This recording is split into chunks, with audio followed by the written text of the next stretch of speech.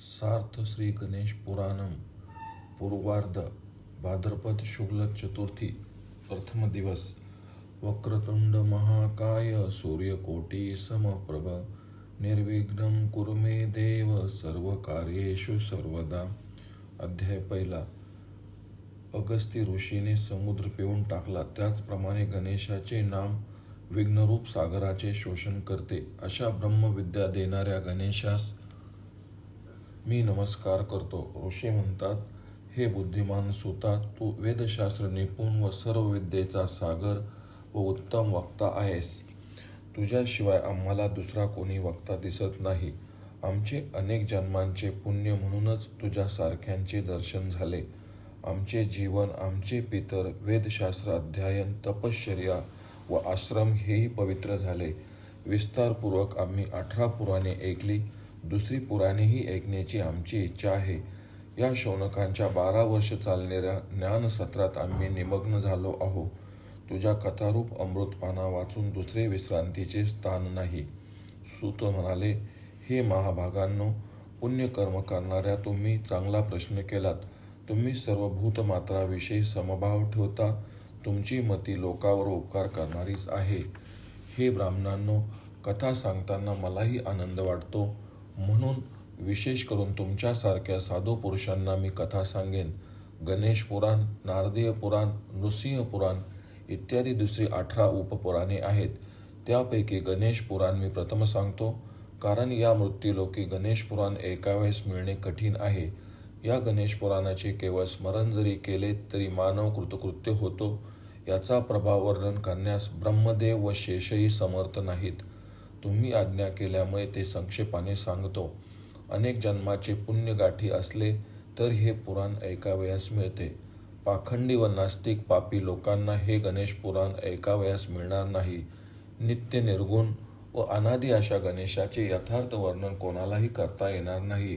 तरी उपासना करण्यात निमग्न असणारे त्याचे निर्गुणाचेही वर्णन करतात. वेदशास्त्रात हा ओंकार रूपी भगवान स्थिर आहे, प्रतिष्ठित आहे. इंद्रादी देव व मुनी यांचे सतत हृदयामध्ये स्मरण करतात. इंद्र, ब्रह्मा, विष्णू, महेश यांचे पूजन करतात. तो सर्व सृष्टीचा हेतू व कारणांचे कारण आहे. या गणेशाच्या आज्ञेने ब्रह्मदेव सृष्टी निर्माण करतो, विष्णू पालन करतो, शंकर संहार कार्य करतो, सूर्य संचार करतो. याच्याच आज्ञेने वायू वाहतो, पाणी सर्वत्र वाहते, नक्षत्र भूमीवर पडतात व अग्नी तिन्ही लोकात जाळण्याचे कार्य करतो व जळतो. त्या गणेशाचे अतिशय गुप्त चरित कोणालाही न कळलेले हे द्विजांनो मी तुम्हाला सांगणार आहे, ते आदरपूर्वक ऐका, असे सूत म्हणतात. पूर्वी व्यासास हे गणेशाचे चरित्र ब्रह्मदेवाने सांगितले.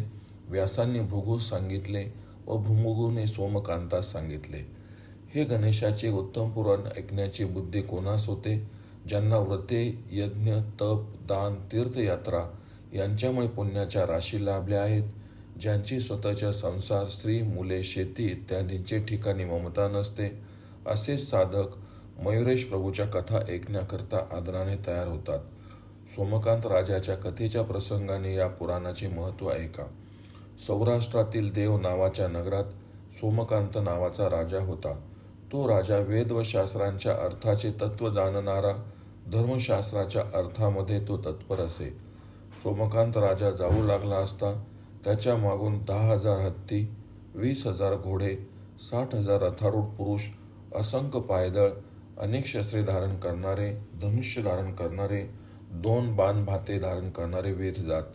त्या राजाने बुद्धियोगाने बृहस्पतीस, धनाच्या योगाने कुबेरास, क्षमेच्या योगाने पृथ्वीस, गांभीर्याच्या योगाने महासागरास जिंकले होते. प्रभाव व कांतीच्या योगाने त्याने सूर्य व चंद्र जणू जिंकले होते. प्रतापाच्या योगाने अग्नीस, सौंदर्याच्या योगाने मदनास जिंकले होते. त्याचे 5 प्रधान अतिबलवान, पराक्रमी, नीतिशास्त्राचे अर्थ जाणणारे व परराष्ट्राचे पराभव अथवा मर्दन करणारे होते. त्यातील पहिला प्रधान रूपवान, दुसरा विद्याधीश, तिसरा क्षेमंकर, चौथा ज्ञानगम्य व 5वा सुबल अशी त्या प्रधानांची नावे शोभत होती. राजाचे कार्य व्यवस्थित व नित्यच करणारे ते राजाला अतिशय प्रिय होते. त्या प्रधानांनी पराक्रमाच्या योगाने अनेक जेस जिंकले होते.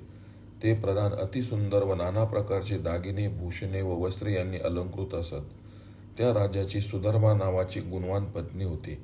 तिचे रूप पाहताच रती, रंभा, तिलोत्तमा इत्यादी स्त्रियाही लज्जित होत. त्यांना कशामध्ये सुख वाटत नसे.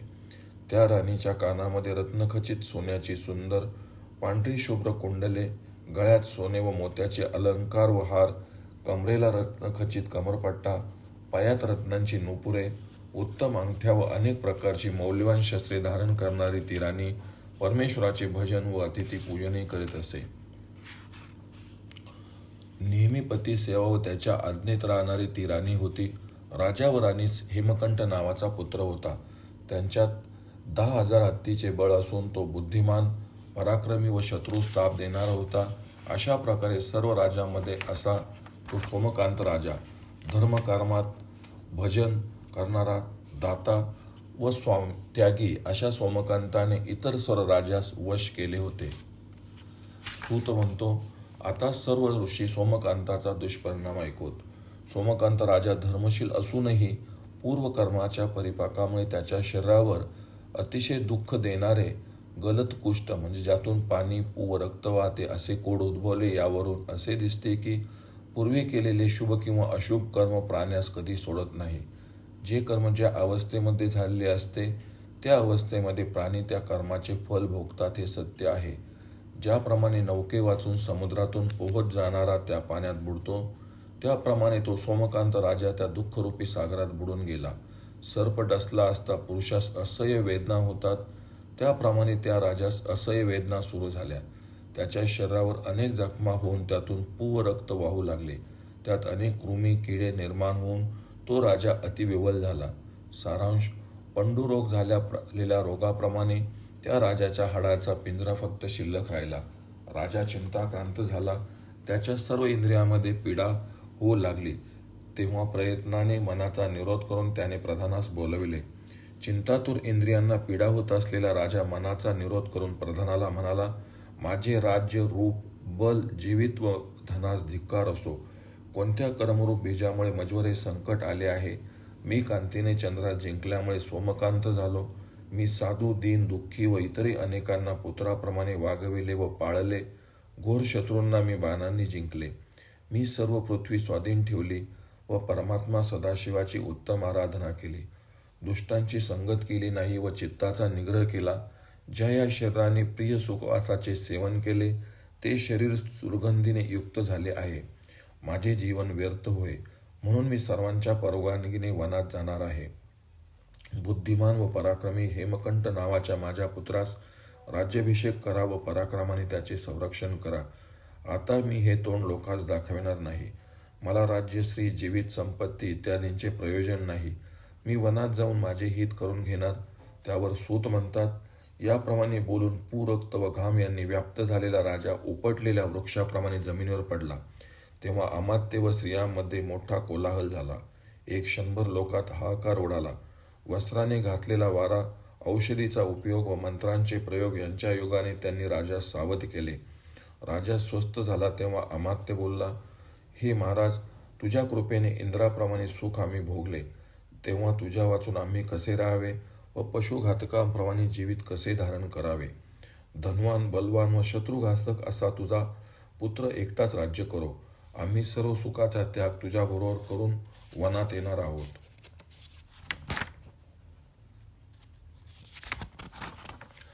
त्यावर सूत म्हणतात, वीरपुत्राची माता म्हणाली, प्रधानांनो, राजाची सेवा करण्याकरता मी वनात जाते. तुम्ही माझ्या पुत्रासह राज्य करा. प्राण्याने केलेल्या कर्माप्रमाणे सुख व दुःखाचा भोगता तोच असतो, दुसरा नाही. जसजसे कर्मफल प्राप्त होते तसतसे ते स्वतःच भोगावे लागते. मीही अनेक भोग व राज्य सुखाने भोगले आहेत. पतीबरोबर स्त्रियांनी परलोकी गमन करावे असे मुनींनी सांगितले आहे. नंतर शोकाकुल हेमकंठ नम्रपणे बोलू लागला, हे राजाधिराज, तुमच्याशिवाय मला राज्य, श्री, प्राण व धन यांच्याशी काही कर्तव्य नाही. तेला वाचून दीप, प्राणा वाचून शरीर, त्याप्रमाणे तुमच्या वाचून हे राज्य व्यर्थ आहे. सूत म्हणतात, हे ऐकून प्रसन्न मनाने राजाने पुत्रास धर्म सांगितला. अमात्य, सुधर्मा व पुत्रास तो म्हणाला, पित्याच्या वचनात निमग्न, श्रद्धेने श्राद्ध करणारा, गयेमध्ये पिंड देणारा पुत्रच पुत्र म्हणावा. म्हणून नीतीने माझ्या आज्ञेने राज्य कर, प्रधानासह प्रजेचे पुत्राप्रमाणे रक्षण कर. धर्मशास्त्र जाणणारा, नीतिवान, सर्वात सुखविणारा पुत्रवान असून पितरांचा उद्धार करणारा असतो. त्यास पुत्र म्हणतात. म्हणून सदाचरणी पुत्रा, अंगावर कोड उठल्यामुळे निंद्य झालेला असा मी सुधर्मेसह वनात जाणार आहे, तू संमती दे. सूत म्हणतात. नंतर तो राजा पुत्राचा उजवा हात ते गुप्त गोष्टी करतात अशा मंदिराच्या अग्रभागी गेला. तेथे सिंहासन होते, ते सुवर्णाचे, रत्न, मोती व प्रभालांनी जडवलेले होते. ते दोघेही प्रत्येक रत्नात प्रतिबिंब झाले, त्यामुळे समुदायांनी वेडील्याप्रमाणे भासू लागले. कुलाच्या कीर्तीकरता प्रथम पुत्रास आचार व नीती सांगता झाला. प्रहर रात्र शिल्लक असताना जागे व्हावे, गुरु व इष्ट देवतेचे चिंतन करावे, पृथ्वीची प्रार्थना करावी की मी तुला पायाने स्पर्श करतो, याबद्दल क्षमा कर. नंतर गणनाथास नमस्कार, जो सर्वांचे कारण, ब्रह्मादी देवास वर देणारा, आगम धर्म अर्थ काम यांचे फल देणारा, वाणीचा विषय न होणारा, अनादि व अनंत आहे. नंतर कमलापती नामक ईश्वरास नमस्कार, जो उग्रवीर्य भक्ततर क्षणाकरता अवतार घेणारा, क्षीरसागरात वास करणारा, पाप व शत्रू व संसारापासून मुक्त करणारा आहे. नंतर सर्प, त्रिशूल व डमरू धारण करणाऱ्या त्रिपुरारीस वंदन, जो वाघांचे कातडे नेसलेला, मस्तकी चंद्र धारण करणारा, मदनाविषयी निर्दय, नारायण व इंद्रियांना वर देणारा, देव वसिष्ठ यांची सेवा करतात असा आहे. नंतर दिवसाचा स्वामी सूर्यास नमस्कार, जो पापनाशक, गाढ अंधकार हरण करणारा, वंद्य वेद त्रयरूप देव, शत्रूंच्या मायेचा नाश करणारा, ज्ञानाचा मुख्य हेतू, सामर्थ्यवान व उदार आहे. नंतर सुरेश्वरी पार्वतीस वंदन, जी शंकराच्या ऐश्वर्याचा हेतू, संसार सागरातून पार करणारी, त्रिनेत्र दैत्यमाया विध्वंसक, मायामयी, देव व ऋषी यांनी स्तविली आहे. याप्रमाणे इतर सर्व देव मुनींचे स्मरण, मानस पूजन करून क्षमा मागावी. नंतर पाण्याचे भांडे घेऊन गावाच्या नैऋत्य दिशेस जावे.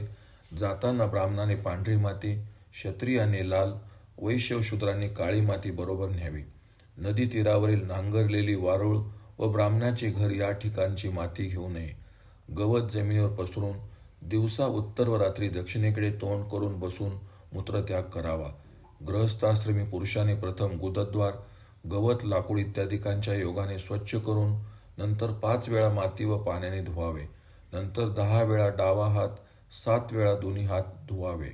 मूत्रत्याग केल्यानंतर 1 वेळ लिंग, 3 वेळा डावा हात, दोन्ही हात 2 वेळा धुवावे. पाय मात्र सर्वदा एकदाच धुवावे. ब्रह्मचार्याने त्याच्या दुप्पट, वानप्रस्थाने तिप्पट, संन्याशाने चौपट शौच करावे. रात्री याच्या अर्धे करावे. शौच करीताना मौन बाळावे. स्त्रिया व शूद्र यांना दिवसास त्याच्या अर्धे व रात्री पाव शौच सांगितले आहे. नंतर आचमन करून रसाळ व काटेदार वृक्षाची प्रार्थना करून त्याच्या काडीने दात व जीभ घासावे व प्रार्थना करावे. हे वनस्पते, मला बल, ओज, यश, तेज, पशु, बुद्धी, धन, ब्रह्मबुद्धी दे. नंतर थंड पाण्याने स्नान करावे. नंतर संध्या, जप, होम, स्वाध्याय, तर्पण, देवपूजन, वैश्वदेव, अतिथीपूजन, भोजन, पुराण श्रवण, दान ही कर्मे करावे. परनिंदा करू नये. धन, प्राण व मधुर भाषण यांच्या योगाने परोपकार करावा. आत्मस्तुती व अपकार करू नये. गुरुद्रोह, वेदनिंदा, नास्तिकता, पाप, अभक्षभक्षण, परस्त्री उपभोग ही कामे करू नये. ऋतुसमयी स्त्रीचा समागम करावा, इतर वेळी करू नये. माता पिता, गुरु, गायी यांची सेवा करावी. दीन, अंध, कृपण यास अन्न व वस्त्र द्यावेत. प्राणांतीही सत्य सोडू नये. ज्याच्यावर ईश्वराचा अनुग्रह आहे अशा साधूंचे पालन करावे. धर्मशास्त्र व पंडिताच्या सांगण्याप्रमाणे अपराध्यास दंड करावा. ज्याच्यावर विश्वास नसेल त्याच्यावर कधीही विश्वास ठेवू नये. विश्वासू मनुष्यावरही अतिविश्वास ठेवू नये. वैरी विश्वासात पासरा असला तर त्याच्यावर कधीही विश्वास ठेवू नये. दानादी 6 गुणांचा उपयोग करून राष्ट्र वाढवावे. शक्तीप्रमाणे दान करावे, कारण दान न केल्यास द्रव्याचा क्षय होतो. व्याकुळ झालेल्या शत्रूवर चाल करणे अधमपणाचे कृत्य होय. हेर हे डोळे, दूत हे मूक आहे अशा राजाने नेहमी हातात दंड घेऊन तयार असावे, कारण दंडाच्या भीतीमुळेच लोक स्वधर्मात तत्पर राहतात. असे केल्या वाचून हा परका हा आपला असा नियम राहत नाही. अधम पुरुषाने केलेल्या निंदा व स्तुतीमुळे राग किंवा हर्ष मानू नये, कारण स्तुती किंवा निंदेमुळे काय होणार आहे. पूर्वी अपकार केला पण नंतर शरण आला किंवा पूर्वी श्रीमंत पण दैवयोगाने दरिद्री झालेला जर कोणी आश्रय मागू लागला तर त्याचे रक्षण करावे. आपले बेत गुप्ततेत ठेवावे, कारण राज्यमंत्र मूलक आहे. प्रथम अंतस्थ षड्रूपे जिंकावे व नंतर बाह्य शत्रूस जिंकावे.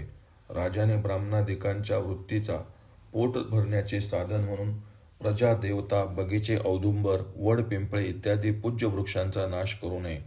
दिवसाच्या पूर्वभागी दान करावे. दान हाच यशाचा उपाय आहे. मित्राला धोका देऊ नये. स्त्रियांस गुप्त गोष्ट सांगू नये. ब्राह्मणास कर्जातून मुक्त करावे. चिखलात फसलेल्या गायीस वर काढावे. खोटे बोलू नये. सत्याची हानी करू नये. प्रधान, प्रजा व सेवक यांना असंतुष्ट करू नये.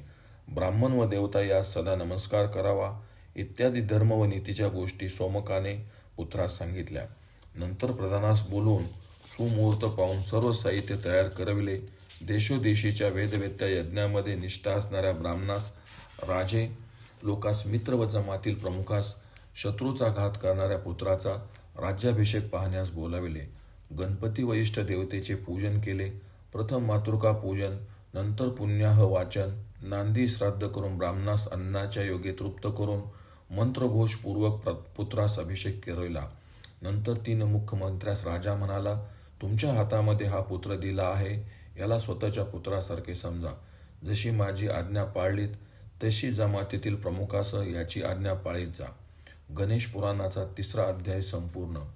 अध्याय 4. सूत म्हणाले, अभिषेक झाल्यावर राजाने ब्राह्मणांचे पूजन केले. त्यांना मणी, मोते, प्रवाळ व अलंकारासह 10,000 गायी, धन, हत्ती, घोडे देऊन संतुष्ट केले. तसेच जरीची व नाना देशातील व काश्मीरात असलेली वस्त्रे राजास, राजपत्न्यास, मुख्य नागरिकास व त्यांच्या गुणवान चाकरास योग्यतेप्रमाणे दिली. प्रधानास धन व गावे दिली. नंतर पूर्वजन्मांकित दोषामुळे मलिन अपवित्र झालेला राजा कष्टी व दुःखित होऊन रानात गेला. तो जाताच लोकांमध्ये हाहाकार उडाला. प्रधान व मित्रांनी वेढलेला हेमकंठ खाली पडत अडखळत धावत रडत चालला. प्रधान व नागरिक दुःखी असूनही त्याला आवर्ते झाले. राजा 2 गव्युचित म्हणजे 4 कोस चालला व थकून एका मोठ्या विहिरीजवळ थांबला. तिचे पाणी थंड व काठावर वृक्ष होते.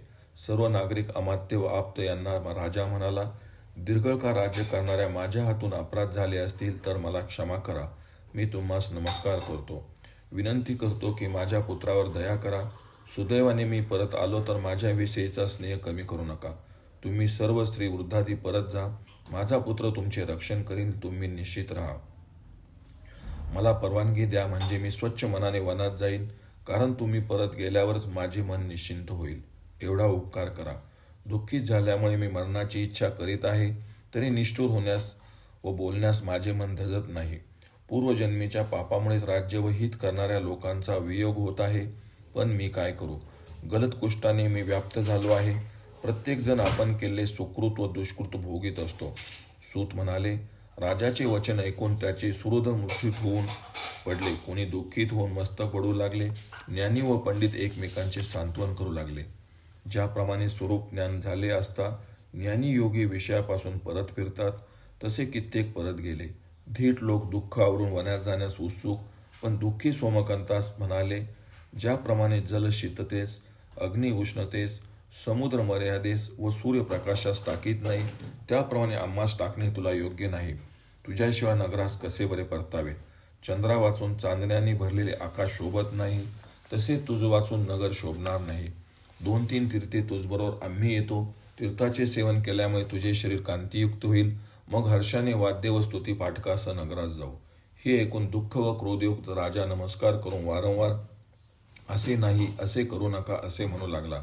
तेव्हा हेमकंठ स्नेह, करुणा व विनयाने म्हणाला, तुम्हा वाचून परत जाणे, राज्य करणे, जिवंत राहण्यासही माझे मन उत्सुक होत नाही. तुमचा कधीच न झालेला वियोग आता कसा सहन करू? यावर राजा म्हणाला, याचकरता तुला उत्तम नीती व धर्मशास्त्र सांगितले, ते निष्फळ करणे तुला योग्य नाही. पूर्वी नीतिमान व बुद्धिमान जमदग्नी पुत्राने पित्याच्या आज्ञेने मातेसही मारले. रामाने राज्य त्याग करून लक्ष्मणासह वनात गमन केले व लक्ष्मणाने सीतेस वनात सोडले. म्हणून तू माझ्या आज्ञेने 3 प्रधानांसह नगरात जा व राज्य कर. ज्याप्रमाणे कार्य करीत असताही आत्मज्ञानी पुरुषाचे चित्त परमात्म्यात निमग्न असते किंवा धनलोभ्याचे चित्त ठेव्याकडे असते, तसे वनात गेलो तरी माझे मन तुझ्याकडेच लागून राहणार आहे. मी व्याधिमुक्त झालो तर पुन्हा घरी येईल. माझे वचन पाळल्याने तुझा धर्म होईल, मजबरोबर वनात आल्यामुळे नव्हे. म्हणून तू जा व मीही जातो.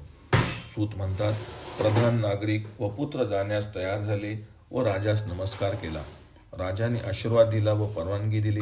राजास प्रदक्षिणा करून हत्ती घोडे पायदळासह छत्रध्वजयुक्त आणि हेमकंठ राजधानीस गेला. ह्याप्रमाणे श्री गणेश पुराणाच्या उपासना खंडाचा 4था अध्याय पूर्ण झाला. अध्याय 5. सूत म्हणतात, नंतर चंचल बुद्धीने हेमकंठ मातेस म्हणाला, मज निरपराध्यांचा का त्याग करीत आहेस? मला बरोबर नेण्याविषयी पित्यास सांग. जर त्याने ऐकले तर मी तुम्हा उभयतांची सेवा करेन, कारण राज्याविषयी मला प्रीती नाही. मला ते काय सुख देणार? सुधर्मा म्हणाले, दुःख व शोकाकुल झालेला राजा माझे ऐकणार नाही. म्हणून हे शूरपुत्रा, तू माझ्या आज्ञेने परत जा. पातिव्रत्य धर्माने मी परस्वाधीन आहे. स्त्रियांना पती वाचून दुसरा देव नाही. सूत म्हणतात, हे ऐकून मित्रासह पुत्राने मातेस नमस्कार व प्रदक्षिणा करून व आज्ञा घेऊन नगराकडे प्रयाण केले. तेव्हा नगरातील नागरिकांना ते नगर पताका, ध्वज, पल्लव, सुगंधी सडे इत्यादींच्यामुळे चंद्राच्या अमरावतीप्रमाणे सुगंधित केले. नगरात प्रवेश केल्यावर राजाने आपल्या लोकास विडे, वस्त्र इत्यादी दिले. हर्ष व शोकयुक्त होऊन त्याने आपल्या संपन्न मंदिरात प्रवेश केला. त्याने धर्माने राज्य केले. पित्याच्या उपदेशाप्रमाणे धर्म, अर्थ, काम व मोक्ष यांचे ठिकाणी मन ठेवले. ऋषी म्हणतात, सोमकांत कोणत्या वनात कसा गेला, त्याला कोणी सहाय्य केले, त्याने कोणते कर्म केले इत्यादी सविस्तर सांग. सूत म्हणाले, हे निष्पाप मुनींनो, लक्षपूर्वक ऐका. सुबल व ज्ञानगम्य हे 2 प्रधान व पत्नी सुधर्मेसह राजा भयंकर अरण्यात गेला. पुढे प्रधान मध्ये राजा व रामाच्या मागून जशी सीता तशी राजा मागून सुधर्मा चालली. एक भोजन, एक चित्त, एक आसन, एक वसतिस्थान व एक सुख असलेले हे 4 एका वनातून दुसऱ्या वनात चालले. भूक, तहान, श्रम व उंच सकल रस्ता यांच्यामुळे थकून एखाद्या वेळी सावलीत बसत दुसऱ्या वनात त्यांनी एक सरोवर पाहिले. त्यात हत्तीसारखे मगर व कासवे होती. तेथे ताड, तमाल, देवदार, बकुळ, फणस, जांभूळ, वड इत्यादी वृक्षवेली या ठिकाणी असे वेढलेले ठिकाण होते. गुहेतील अंधाराप्रमाणे तेथे अंधार होता. कमळे व कदम यांच्यामुळे सुखकर असा वायू असे. तेथून मुनी फळे फुले नेत. तेथे हंस, बगळे, कावळे, कोकिळ, सारिका, चक्रवाक हे नाना प्रकारचे आवाज करत. सारांश, पुण्यवानास जसे स्वर्गात भय नसते, तसेच वेली व फुलझाडांच्या आश्रयामुळे चंद्र व सूर्याच्या किरणांचा स्पर्शही नसे. तहान, भूक, भय व मृत्यू यांचा त्रास नसे. तेथे जाताच थंड पाणी पिऊन स्नान करून नित्यकर्मे आटोपून त्यांनी फळे खाल्ली. नंतर वाळूत राजा झोपला. राणी त्याचे पाय चेपीत बसली. राजाच्या परवानगीने प्रधान कंदमुळे फळे आणण्यास गेले. इतक्यात सुधर्मेस एक उग्र अद्भुत रूप असलेले तेजस्वी मदनासारखे बालक दिसले. त्याला पाहून सुधर्मा आनंदित झाली व हितकर्ता मानू लागली. कारण शुद्ध व प्रसन्न हृदय पाहून हा अपकार किंवा उपकार करणारा हे समजते. राणीने विचारले, तू कोणाचा पुत्र, तू कोणाचा, तुझी माता कोण, हे मधुर शब्दांनी सांगून माझे कान तृप्त कर. अमृताप्रमाणे वाणीने बालक म्हणाले, हे साध्वी, माझा पिता भृगू व माता पुलोमा होय. पाण्याच्या इच्छेने मी घरून येथे आलो आहे. हे शुभे, माझे नाव च्यवन असून मी पित्याची आज्ञा बाळगणारा आहे. तू कोण आहेस? हा तुझा पुरुष कोण आहे? तो या वनात कसा आला? पावसाळ्यात पर्वतावरून पाण्याचे ओळ वाहतात तसे याच्या अंगातून स्राव होत आहे. कोणत्या कर्मामुळे याच्या अंगाला दुर्गंधी येत आहे? तू सुंदर, सुकुमार, सर्व अवयव रमणीय असणारी या किड्यांनी भरलेल्या पुरुषांची सेवा कशी करीत आहेस? हा कुष्टी आहे. हे तुझ्या पित्याला, बांधवांना, ब्राह्मणांना कसे समजले नाही? तू याला कसे वरलेस? या भयंकर वनात कशी आलीस? सूत म्हणतात, सुधर्मा शोक व हर्षाने युक्त होऊन मुनिपुत्राला सर्व सांगती झाली. सौराष्ट्र देशातील देवनगरात हा माझा पती सोमकांत राज्य करीत असे. तो फार मानी, दाता, शूर व असंख्य सैन्य असलेला, शत्रूंचे मर्दन करणारा, सुंदर, श्रीमान, परोपकारी, चतुर, नीतिमान होता. याने पुष्कळ काळपर्यंत राज्याचा उपभोग घेतला, पण पूर्व कर्म विपाकामुळे हाही अवस्था भंगीत आहे. पुत्रास राज्य देऊन सुबल व ज्ञानगम्य या 2 प्रधानासह वनात येणाऱ्या राजाबरोबर मीही हिंडत आहे. हे दोघे राजाची आज्ञा घेऊन फळे आणण्याकरता वनात गेले आहेत. येथे राक्षस, भूते, प्रेते, रानटी, पशुपक्षी आमच्यापुढे उभे राहून भय दाखवितात, दुःख देतात, पण खात कसे नाहीत काही समजत नाही. सारांश, कृतकर्माचा दुःखाचा अंत होण्याची चिन्हे दिसत नाही. पूर्वी या राजाची कडू, आंबट, खारट, मधुर, स्निग्ध भोजनात रुची नसे, पण आज आंबट, तुरट, कंदमुळात व फळात आहे. दारिद्र्याचा आहार जसा मोठा असतो व त्यांनी खाल्लेला अन्नाचा पाक होतो, तसा आहार करण्याची व पचवण्याची शक्ती श्रीमंतात नसते. कोमल व दिव्य शय्येवर झोपणारा हा कोठेही पडून सुखाने निद्रा घेत आहे. हा कालाचा महिमा आहे. नाना प्रकारचा दिव्य सुवास ज्याच्या अंगास येत आहे, त्याच्या अंगास आज दुर्गंध येत आहे. जो पंडितांनी वेढलेला असे, तो किडेवाळ्यांनी वेढलेला आहे, कष्टमय अवस्थेत आहे. या दुःखरूप अवस्थेतून आम्ही कसे पार होऊ ते सांग. या अगाध समुद्रात बुडणाऱ्या आमची तू नौका हो. श्री गणेश पुराणाच्या उपासना खंडाचा सुधर्माच्यवन संवादाचा हा 5वा अध्याय पूर्ण. यावर सूत म्हणतात, परदुःखाने दुःखी झालेला तो भृगुपुत्र च्यवन आपला कलश पाण्याने भरून मुकाट्याने घरी गेला. तेव्हा भृगूने पुत्रास उशीर का झाला, तू चकित झाल्यासारखा का दिसत आहेस, तेव्हा तू कोणती अपूर्व गोष्टी पाहिली आहेस ते मला सांग, असे म्हणाला. त्यावर च्यवन म्हणाला, सौराष्ट्र देशातील दैवत नगरात प्रजेचे धर्माने पालन करणारा सोमकांत नावाचा सुंदर राजा पुष्कळ काळपर्यंत राज्य करीत होता. पण दुर्दैवामुळे राज्यपुत्राच्या स्वाधीन करून सुधर्मा पत्नी व सुबल व ज्ञानगम्य नावाच्या प्रधानासह येथे आला आहे. वाहणारे कोड व कृमींनी भरलेला तो राजा गौतम मुनींच्या शापामुळे जसा इंद्र तसा सहस्त्रभागांनी युक्त झाला आहे. ती रमणीय सुधर्मा व कुष्टीपती हा अपूर्व प्रकार पाहून मला आश्चर्य वाटले. त्यांचा वृत्तांत विचारण्यात माझा काही वेळ गेला. सुधर्मेच्या करुण वाक्यांनी माझे मन विरघळले, पण लगेच कलश भरून त्वरेने आलो. यावर सूत म्हणतात, सुधर्मेने सांगितलेले सर्व त्याने पित्यास कळवले. यावर भृगू म्हणाले, त्या सर्वांस येथे त्वरित घेऊन ये, म्हणजे त्यांचे कौतुक मी पाहीन व माझे त्यांना दाखवीन. सूत म्हणतात, पित्याच्या सांगण्यावरून तो करुणाकर च्यवन सुधर्मेकडे सरोवराच्या तीरी गेला. त्याचवेळी केळे व कंद घेऊन सुबल व ज्ञानगम्य दोघे प्रधान राजाजवळ आले. सुंदर नेत्र असणाऱ्या सुधर्मेस मुनी म्हणाला, हे सदाचारणी श्रिये, माझा पिता तुम्हा सर्वांस आश्रमात बोलावित आहे. ते ऐकून शोक विव्हल झालेली सुधर्मा प्राण आले असता जसे शरीर सावध होते, तशी तत्काल सावध झाली, जणू सजीवच झाली. मुनिपुत्र पुढे प्रधान व पतीसह ती त्यांच्या वाटेवरून बरोबर निघाली. जसे बृहस्पती पुढे गणेश, स्कंद, शंकरादी सह पार्वती, तशीच ती सुधर्मा साध्वी शोभत होती. काही वेळाने ते सर्व भृगूच्या आश्रमस्थानी आले. येथे वैदिक मंत्रघोष चालू होता. अनेक फळझाडे, वेली, शब्द करीत असलेले पक्षी, मांजर, मुंगूस, श्वान पक्षी, हत्ती, गायी, मोर, भुजंग, सिंह, वाघ खेळत होते. तेथे वायू जोराने वाहत नसे, सूर्य फार तापत नसे, मेघ अतिवृष्टी करत नसे. मुनीच्या इच्छेप्रमाणे वर्षाव करीत असत. मुनिपुत्र व तो परिवार आश्रमात शिरला. राजा म्हणाला, ब्राह्मणाचा आशीर्वाद, धर्माचा साठा व तप ही आज सफल झाली. मी व माझे आईवडील पवित्र आहोत. पूर्वार्जित पुण्य संचयाच्या योगाने प्राप्त झाली ही आपली दृष्टी माझे पाप नष्ट करील. असे लाभ त्रिकाली सफल करतात. हे मुने, सौराष्ट्र देशातील देवताक्य नगरात मी राज्य केले. पापभीरू व नीतिमान अशा मी ब्राह्मण व देवदेवतांची पूजा केली. परंतु एकाएकी असह्य व उग्र पाप प्रकट झाले व मी या वाईट अवस्थेस प्राप्त झालो. याचा प्रतिकार कसा करावा हे समजत नाही. केलेले उपायही अपायच होतात, पण आपण केलेला उपाय उपायच होईल असे वाटते. कारण हाडवैर असणारे प्राणी तुमच्या आश्रमात वैर सोडून राहतात, म्हणून मी आपणास शरण आलो आहे. सूत म्हणतात, हे ऐकून भृगुमुनींनी ध्यानाने सर्व प्रकार जाणला. सोमकांतास म्हणाले, हे राजा, मी तुला उपाय सांगतो, चिंता करू नको. माझ्या आश्रमातील प्राणी दुःख भोगीत नाही. या अवस्थेचे मूळ जे पूर्वजन्मार्जित पाप ते मी तुला सांगेल. पण अगोदर भोजन करा. एका वनातून दुसऱ्या व तेथून तिसऱ्यात गेल्यामुळे तुम्ही थकला आहात. तुमची तोंडे सुकून गेली आहेत. सूत म्हणाले, तेजस्वी श्रेष्ठ भृगूंच्या आज्ञेवरून उत्तम तेल अंगास लावून राजाचे स्नान व भोजन झाले. नंतर चिंतामुक्त होऊन मृदुशय्येवर स्वराज्य प्राप्त झाल्याप्रमाणे त्यांनी निद्रा घेतली. याप्रमाणे श्री गणेश पुराणाच्या उपासना खंडाचा भृगू आश्रमात गेल्याचा 6वा अध्याय पूर्ण झाला. ऋषी म्हणाले, तेथे जाऊन सोमकांताने काय केले? भृगूंनी कोणता उपाय सांगितला हे सांगा. तुझे वचनामृत प्राशन करीत असता आमची तृप्ती होत नाही. यावर सूत म्हणाले, उदार मुनींनो, फार उत्तम प्रश्न केलात.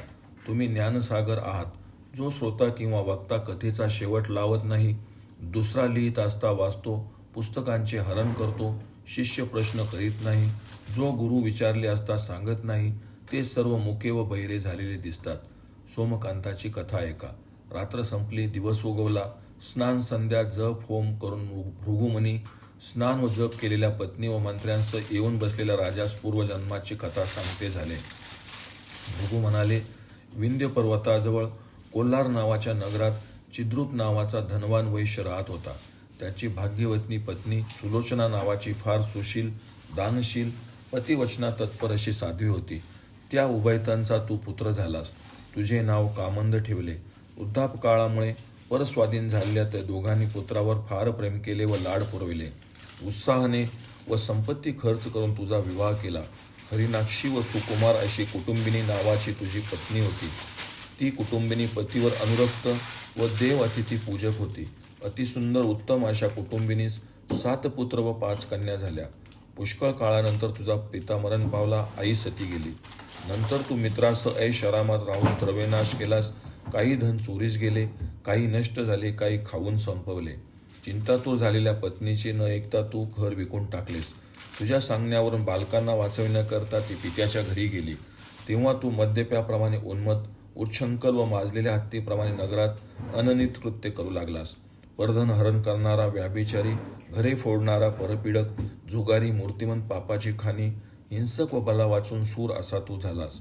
जे लोक सुखसमाधानाने तृप्त होते अशा नगरात राहणाऱ्या मित्राकडून पित्याने ठेवली होती असे सांगून किंवा दुसऱ्या निमित्ताने तू पुष्कळ धन घेऊन खात असेस.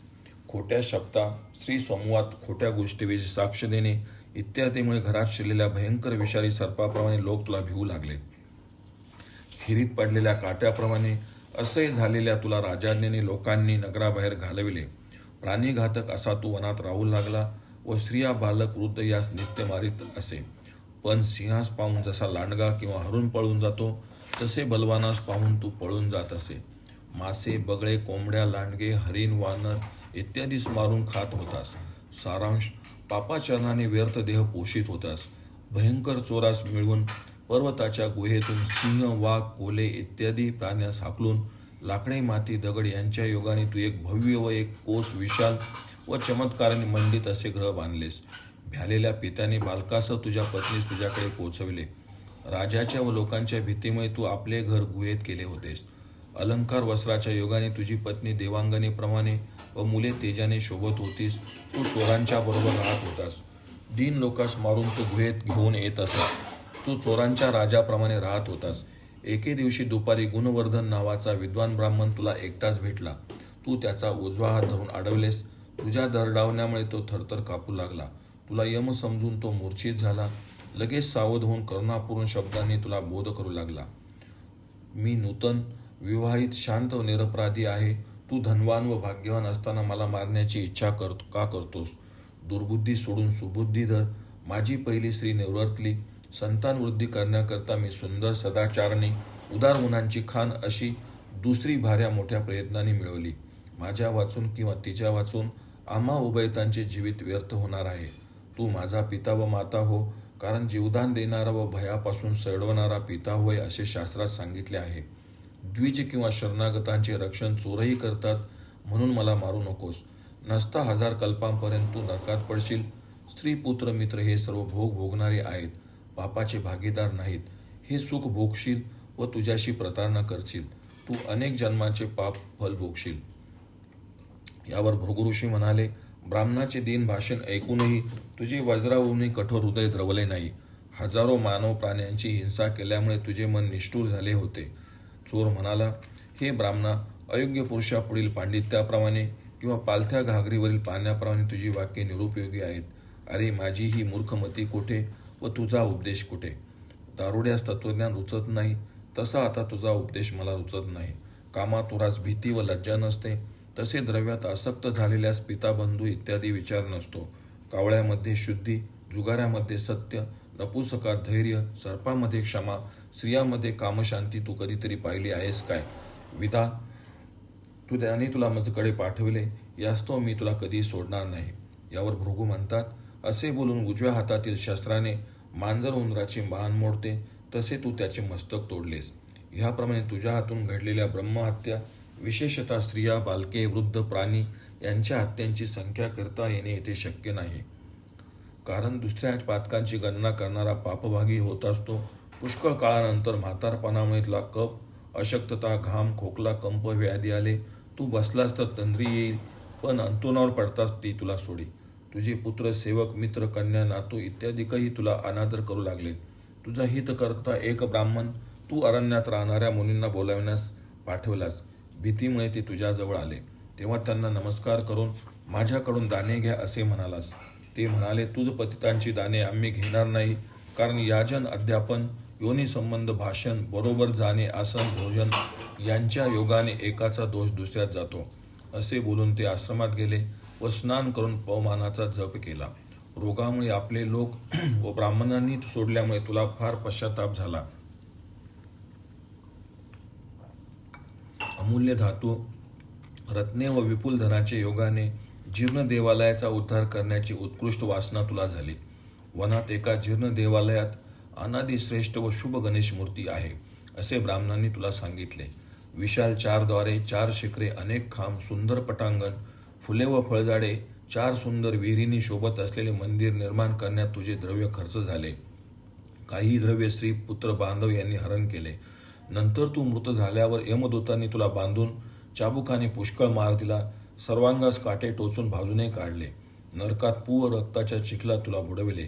चित्रगुप्त व यमाच्या दरबारात नेल्यावर तू अगोदर पुण्याचे फल भोगतोस की पापाचे असे यमाने विचारले असता मी प्रथम पुण्याचे फल भोगतो असे तू म्हणालास. नंतर सौराष्ट्र देशात राजा या रूपाने तू निर्माण झालास. याप्रमाणे शरण आलेल्यावरही करुणेमुळे व तपसामर्थ्याचा आश्रय केल्यामुळे मी तुला तुझा पूर्वीचा पापकर जन्म सांगितला. गणेश मंदिर बांधल्यामुळे तू सोमकांत राजा झालास व चंद्राप्रमाणे सुंदर कांतीमुळे शोभू लागलास. सूत म्हणतात, भृगूचा वृत्तांत ऐकून भृगू वाक्याविषयी संशय बनलेला तो अधमराजा दगडाप्रमाणे स्तब्ध झाला. वेदशास्त्राचा अर्थ जाणणारा त्रिकाल ज्ञानी भृगू वाक्याविषयी संशय बाळगल्यामुळे एका क्षणात राजाच्या अंगातून चित्रविचित्र आकाराचे अनेक पक्षी निघून त्यांनी राजाचे अंग खाण्यास प्रारंभ केला. पुन्हा पुन्हा उडून त्यांनी चोचीने मुनीच्या समक्ष राजाचे मांस तोडून तोडून खाल्ले. तेव्हा शरीरास पीडा झालेला तो राजा ज्ञान व तपाचा सागर अशा भृगूस शरण गेला. राजा म्हणाला, तुमच्या वनात हाडवैरी प्राण्याचे परस्पर भीती नाही. असे असताना पूर्वीच मृत झालेल्या मलाही पक्षी कसे मारित आहेत. सर्व प्राण्यास निर्भय करणारे मुनिवर्य, कष्टाने व्यतीत, शरणांगत व तुमच्या पायावर नम्र होऊन या दिनास मुक्त करा. सूत म्हणतात, राजाची प्रार्थना ऐकून दीनवत्सल भृगू म्हणाले, माझ्या वचनाविषयी संशय झाल्यामुळे तुला हे दुःख भोगावे लागले. तू आता स्वस्थ राहा, मी याचा प्रतिकार करतो. असे बोलून भृगूनी हुंकार केला. ते ऐकताच सर्व पक्षी गुप्त झाले. त्यामुळे मंत्री, पत्नी व राजा संतुष्ट झाले. सूत म्हणाले, नंतर पूर्व कर्मामुळे उत्पन्न झालेले राजाचे दुःख पाहून विव्हल झालेले भृगुमुनी म्हणाले, पापनाशक एक उपाय मी सांगतो. तू गणेश पुराण ऐकशील तर दुःख सागरापासून मुक्त होशील यात संशय नाही. असे म्हणून गणेशाची 108 नावे जपून मंत्रविलेले पाणी राजाच्या अंगावर शिंपडले. तोच राजाच्या नाकातून एक लहान काळ पुरुष भूमीवर पडला व क्षणात 7 ताडा एवढा वाढला.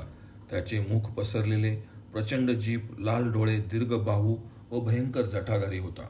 मुखाने क्षणात प्रचंड अग्नी व क्षणात पू व रक्त ओकणारा, पाहणाऱ्याच्या डोळ्यास अंधेरी आणणारा होता. जणू हा दुसरा अंधकारच.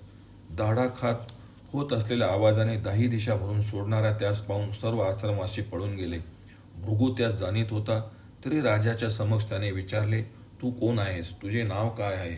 तेव्हा तो काळ पुरुष म्हणाला, प्रत्येक प्राण्याच्या शरीरात राहणारा मी पापपुरुष आहे. मंत्रोदकाच्या स्पर्शाने मी राजाच्या देहातून बाहेर पडलो. भुकेने व्याकुळ झालेल्या मला खाव्यास दे, नसता सोमकांतासह सर्वांना मी खाईन. तसेच मला राहण्यास जागा सांग.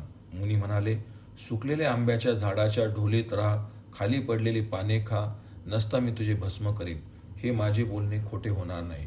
सूत म्हणतात, मुनी असे म्हणताच त्याने सुकलेल्या झाडास स्पर्श केला, पण त्याच्या स्पर्शाने झाडाचे भस्म झाले. मुनींना घाबरलेला तो पापपुरुष भस्मात गुप्त झाला. भृगू राजा म्हणाला, हे राजा, तू दररोज पुराण ऐक. त्या पुण्यामुळे या भस्मातून वृक्ष निर्माण होईल, तेव्हा तू निष्पाप होशील. राजा म्हणाला, गणेश पुराण मी पाहिले नाही व ऐकले नाही. ते कोठे मिळेल? ते कोणी प्रगट केले? मुनी म्हणाले, पूर्वी ब्रह्मदेवाने हे पापनाशक पुराण व्यासास सांगितले. व्यासांच्या मुखाने मी ऐकले. आता ते मी तुला सांगेन. तू अगोदर तीर्थात स्नान कर. मी पुराण ऐकन असा संकल्प कर. सूत म्हणाले, राजाने भृगुतीर्थात स्नान केले व गणेशाचे पुराण मी आजपासून ऐकेन असा संकल्प करताच राजा निरोगी झाला. सारांश, भृगुप्रसादाने रक्तकृमी क्षते यांनी शून्य असा राजा झाला. आश्चर्य व हर्षयुक्त असलेल्या राजास घेऊन भृगु आश्रमात आले. मुनी व राजा वेगवेगळ्या आसनावर बसले. तेव्हा दिव्यकांतीचा राजा म्हणाला, आपल्या प्रसादामुळे संकल्प करताच माझी असह्य व्याधी नष्ट झाली, म्हणून आश्चर्यकारक गजाननाचे पुराण मला सांगा. यावर भृगु म्हणाले, मी ती तुला सांगतो, लक्षपूर्वक ऐक. अनंत पुण्यामुळेच ते ऐकण्याची बुद्धी होते, पाप्यांना ती होत नाही. यांच्या श्रवणाने 7 जन्मात केलेली लहान मोठी पापे गणेश प्रसादाने नष्ट होतात, कारण तो अतींद्रिय निर्गुण निराकार आनंदरूप मन व वाणीला विषय न होणारा आहे. ब्रह्मादी ईश्वर सहस्रमुखी शेष गणेशाचा महिमा वर्णन करण्यास समर्थ नाहीत. अतिइंद्रिय ज्ञानी व्यासापासून मी ऐकले. यज्ञाचा विध्वंस झाल्यामुळे दुःखित झालेल्या दक्ष राजाने मुद्गल पुंडींच्या मुखातून ऐकले.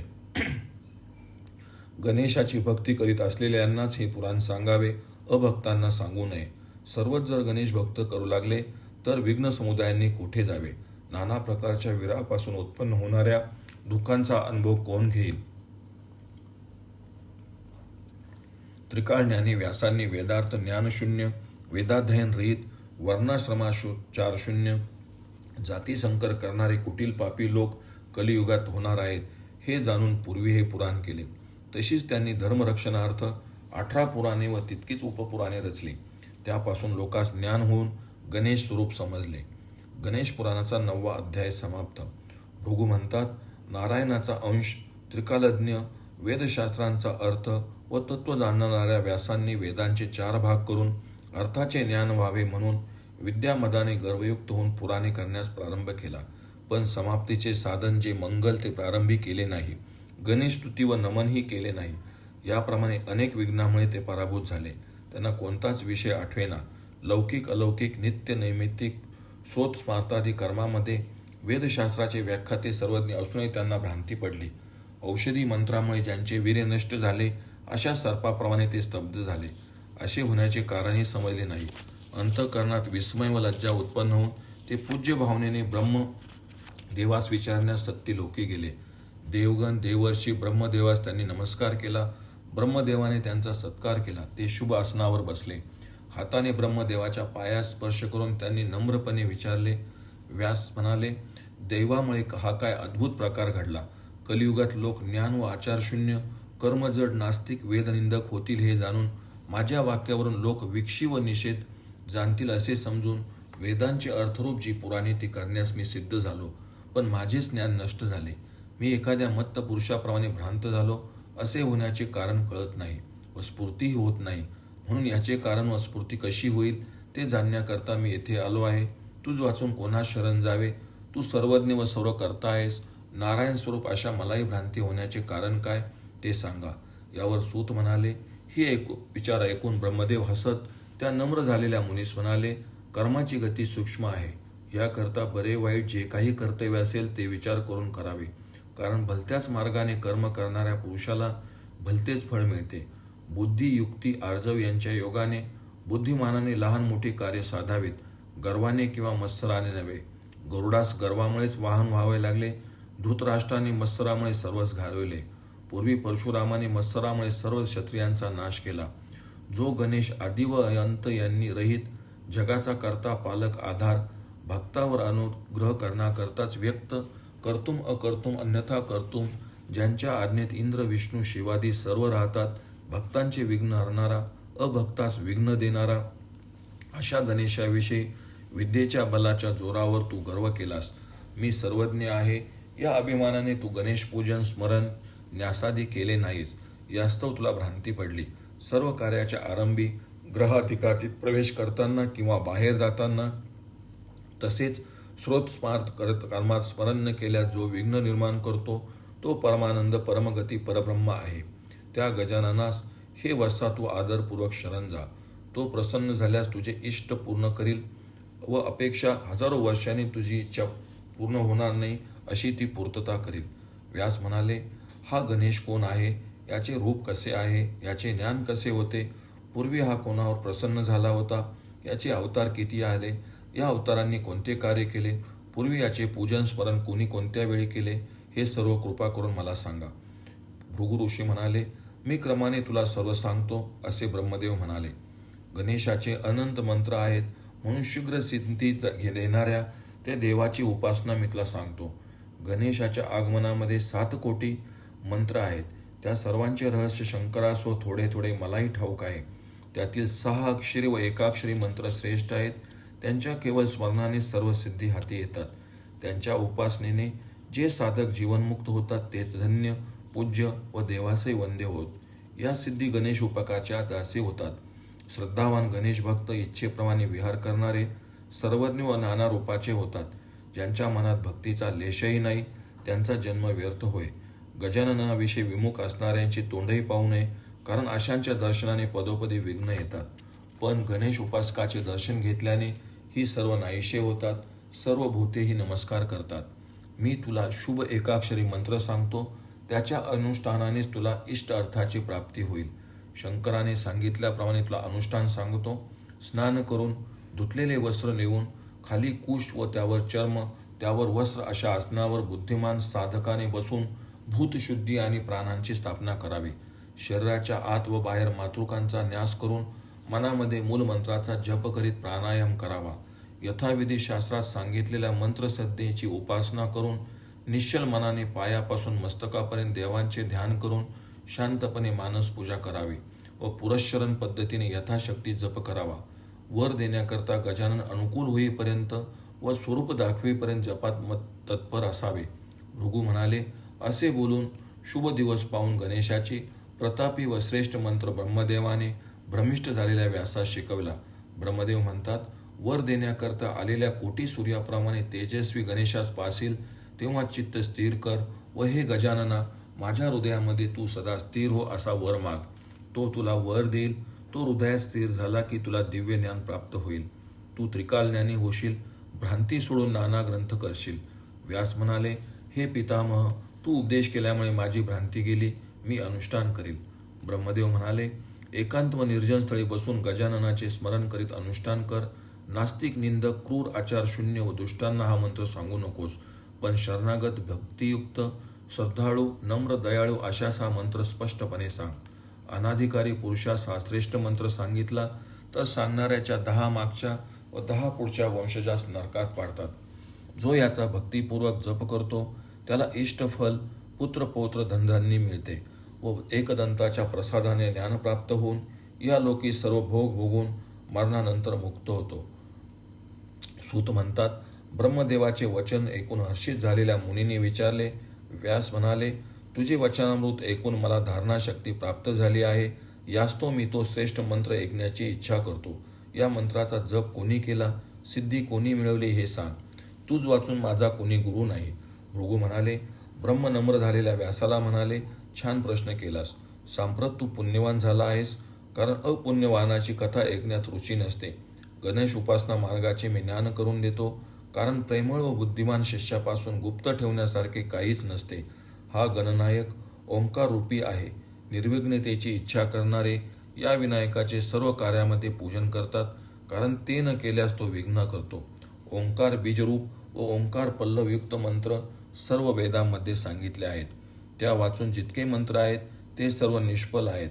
सत असत व्यक्त अव्यक्त सर्व गणेशच आहेत. देव, सिद्ध, मुनी, राक्षस, किन्नर, गंधर्व, नाग, मनुष्य इत्यादी सर्व चराचर गणेशाचे उपासक आहेत. गणेशाहून अधिक दुसरे काही नाही. या श्रेष्ठ मंत्राच्या जपामुळे गजानन कसा संतुष्ट होतो याविषयी एक जुनी कथा सांगतो. कोणे एके समयी दैवयोगाने प्रलयकाल प्राप्त झाला. तेव्हा वायूच्या योगाने पर्वताचे तुकडे होऊन ते 4 दिशास पडले. 12 सूर्य एकदम तापून पाणी शोषून टाकू लागले. अग्नी जगत जाळून टाकू लागला. संवर्तक नावाचा मेघ हत्तीच्या सोंडेसारख्या धारांनी चोहीकडे जलवर्षाव करू लागला. त्यामुळे समुद्र, नद्या आपापली मर्यादा सोडून व अशा प्रकारे ब्रह्मदेवापासून स्थावरापर्यंत सर्वांचा क्षय होऊ लागला. पण ह्याप्रमाणे मायामय विकार नष्ट झाला असता हा गजानन अणुहूनही अणु असे रूप धारण करून कोठे राहतो. नंतर गर्द अंधकारमय बराच काळ लोटल्यानंतर पुन्हा एकाक्षरी व नादयुक्त ब्रह्म उत्पन्न होते व जे आनंदमय होते तेच पुन्हा विकारी व मायेच्या विकाराचा आश्रय करून तेच गजानन बनते. सत्व रज व तम यांच्यापासून उत्पन्न होतात. पुढे ब्रह्मा विष्णू महेश यांची उत्पत्ती होते. सारांश, सर्व चराचर त्रिभुवन मायेच्या योगाने रचले जाते. मायेमुळे भ्रमिष्ट झालेले ते 3 देव फिरू लागले व शेवटी आपल्या जनकास भेटले व प्रश्न करण्याविषयी उत्सुक झाले. आम्ही कोणते कर्म करावे या जिज्ञासेने पूर्वी वरचे 21 स्वर्ग, अंतरिक्ष, आजूबाजूचा प्रदेश, मागचा भाग इत्यादी सर्व शोधून ते सर्व पातालात गेले, पण परमात्म्याचे दर्शन झाले नाही. त्यांनी आहार सोडला, जपामध्ये तत्पर होऊन देवांच्या 1000 वर्षापर्यंत तीव्र तपश्चर्या केली. शेवटी थकून व खिन्न होऊन पुन्हा पृथ्वीवर आले. वने, उपवने, नद्या, सागर, पर्वत, शिखरे, गुहा इत्यादी पाहत चालले. जाताना त्यांना समोर एक जलाशय दिसला. तेथे जलचर, वृक्ष, पशी, हंस, कारंडव इत्यादी कमलाच्या देठीवरची तुचे खाणारे पक्षी नांदत होते. तेथे स्नान व विश्रांती घेऊन ते पुढे निघाले. असंख्य लाटांनी युक्त पुरुषास अतिदुस्तर, मासे, मगर यांनी भरलेले, कष्टाने दर्शन होण्यासारखे, प्रलयकाळच्या अग्नीप्रमाणे तेजस्वी, कोटी सूर्याप्रमाणे तेजांची राशी अशा त्या सरोवरामुळे दृष्टी दिपल्यामुळे ते देव चिंतेत पडले. गगनमार्गाने त्याच्या जामधून निघून जात असताना ताण व भुकेमुळे म्लान झालेले, वारंवार श्वास टाकून भीतीमुळे स्वतःची निंदा करून स्वतःलाच अपशब्द बोलू लागले. तेव्हा त्यांचे मन करुणापूर्ण झाले. असा तो लोकांचा अध्यक्ष, मन व नेत्रास आनंद देणारे आपले स्वरूप त्यास दाखविता झाला. त्याच्या पायाच्या अंगुलीवरील नखाच्या शोभेने लाल कमलास जिंकले. लाल वस्त्राच्या प्रभावाने, संध्याकाळच्या सूर्यबिंबास व कटीसूत्रांच्या प्रतिभेने मेरूच्या शिखरास लज्जित केले. 4 सुंदर हातात खडग, खेट, धनुष्य शक्ती, सुंदर नाक, पौर्णिमेच्या चंद्रास जिंकणारे मुख, ते स्वरूप अहोरात्र प्रभेने, कमळाप्रमाणे नेत्र, सुशोभित मुकुट, अनेक सूर्याच्या शोभे जिंकणारे मस्तक, नक्षत्राने चिन्हित आकाशास जिंकणारे उत्तरीय वस्त्र, वराहाच्या धाडास जिंकणारा एकदंत, ऐरावती दिक्पादास भय देणारी उत्तम सोंड, असे ते स्वरूप होते. अशा त्या देवास पाहताच त्याच्या पादकमलास स्पर्श करून त्यांनी नमस्कार केला व ते स्तुती करू लागले. व्यास म्हणाले, पंचमुखी शंकर, चतुर्मुख ब्रह्मा, सहस्रमस्तकांचा विष्णू यांनी प्रकाशमय व वर देणाऱ्या गजवदनाची स्तुती कशी केली. ब्रह्मदेव म्हणतात, प्रसाद देण्यास सिद्ध व विघ्नांचा नाशक अशा देवांच्या कृपादृष्टीपाताने ज्यांच्या बुद्धी निर्मल्य झाल्या आहेत, असे ते ब्रह्मा विष्णू महेशही स्तुती करू लागले. ब्रह्मा विष्णू महेश म्हणाले, जन्मरहित, विकल्पशून्य, निराकार, एक, आनंदरूप, भेदशून्य, प्रकृतीहून श्रेष्ठ, निर्गुण, निष्क्रिय व परब्रह्मस्वरूप अशा गणेशाची आम्ही भक्ती करतो. गुणातीत, आद्य चिदानंद रूप, चिदाभासक, सर्वव्यापी, मुनींचे ध्येय, आकाशासारखे निर्वय, परमेश्वर अशा परब्रह्म गणेशाची आम्ही भक्ती करतो. जगाचे कारण देव, सुख व युगाचे मूळ, जगदव्यापी, विश्ववंद्य, देवादिदेव परब्रह्म गणेशाचे आम्ही ध्यान करतो. रजोगुणांच्या योगे ब्रह्मरूप होऊन, श्रुतिज्ञ होऊन, सदा स्वकार्यात निमग्न, मनाने चिंतन न करता येण्यासारखे ज्याचे रूप आहे, जगाची उत्पत्ती करणारा, सर्व विद्यांचे भांडार अशा परब्रह्मरूप गणेशापुढे आम्ही नम्र होतो. सत्वाशी संबंध असून आनंदाने क्रीडा करणारा, देवशत्रूंचा नाशक, जगाचा नाशक, जगाचा पालक, अनेक अवतार घेणारा, आत्मविषयक अज्ञानाचे हरण करणाऱ्या विष्णुरूप गणेशाला आम्ही नमन करतो. तमोरूप, रुद्ररूप, त्रिनेत्र, जगाचा संहारक, भक्ततारक, ज्ञानाचा हेतू, अनेक शास्त्रांच्या योगाने आपल्या लोकास बोध करणाऱ्या सर्वरूप गणेशास आमचे नमन असो. अज्ञान समूहाचे हरण करणारा, लोकांचे अज्ञान हरण करणारा, ऋग्वेद, यजुर्वेद, सामवेदांचे सार, परब्रह्माचे जणू तीर, मुनींना ज्ञान देणारा, विकारापासून दूर असणारा ब्रह्मरूप गणेशास नमन असो. आपल्या किरणांनी औषधीस, अमृताचा स्राव करणाऱ्या कलांनी देवास तृप्त करणाऱ्या, सूर्याचा ताप हरण करणाऱ्या चंद्ररूपी गणेशास नमस्कार असो. प्रकाश स्वरूप, आकाशरूप, वायुरूप, विकाराधिकांचा हेतू, कला इत्यादी कालस्वरूप, अनेक क्रिया, अनेक शक्तिरूप, सदा शक्तिमय अशा गणेशास आम्ही नमस्कार करतो. प्रधान सांख्यांचे अव्यक्त रूप, महतत्वरूप, पृथ्वी उदक रूप, दिक्पालादी रूप, असत्सत रूप, जगतकारण रूप, सर्वदा विश्वरूप अशा गणेशास नमस्कार असो. मनुष्याने तुझ्या चरणाच्या ठिकाणी मन स्थिर केले तर त्याला विघ्न समूहापासून पीडा होत नाही. मग तेजस्वी सूर्यबिंबाप्रमाणे विशाल आशया स्वरूपी स्थिर झालेल्या या दासास अज्ञानाची बाधा कशी होईल. खरोखर अज्ञानामुळे तुझ्या चरणाचा थांग न लागता आम्ही उगीच हजारो वर्ष भटकत होतो. पण हे विश्वंभरा, तुझ्या कृपेमुळे आता आम्हास त्याची प्राप्त झाली आहे. म्हणून हे सर्वांच्या अगोदर असणाऱ्या देवा, आम्हा शरणागतांचे रक्षण कर. ब्रह्मदेव म्हणाले. या स्तुतीमुळे गणेश संतुष्ट झाले व कृपेने म्हणाले, ज्याच्याकरता तुम्हास क्लेश झाले, ज्याच्याकरता तुम्ही येथे आला, तो मी या स्तुतीने प्रसन्न झालो आहे, वर मागा. उदार मनाने युक्त अशा तुम्ही केलेले स्तोत्रराज म्हणून प्रसिद्ध होईल. सकाळी किंवा पवित्र भक्तियुक्त होऊन जो बुद्धिमान याचा त्रिकाळ पाठ करील, त्याला पुत्र व सर्व कामना प्राप्त होऊन अंतकाली तो परब्रह्मरूप होतो. हे ऐकून संतुष्ट झालेले व सत्वरज तम गुणापासून निर्माण झालेले ते म्हणाले, हे सृष्टी व संहार करणाऱ्या देवाधिदेवा, तू जर खरोखर प्रसन्न झाला असशील तर तुझ्याच चरणांची भक्ती दे. शिवाय आम्ही काय करावे याविषयी आज्ञा कर, हाच वर दे. गजानन म्हणाले, हे भाग्यवान देवांनो, तुमची माझे ठाई दृढभक्ती जडेल, त्यामुळे तुम्ही मोठी संकटे तरून जाल.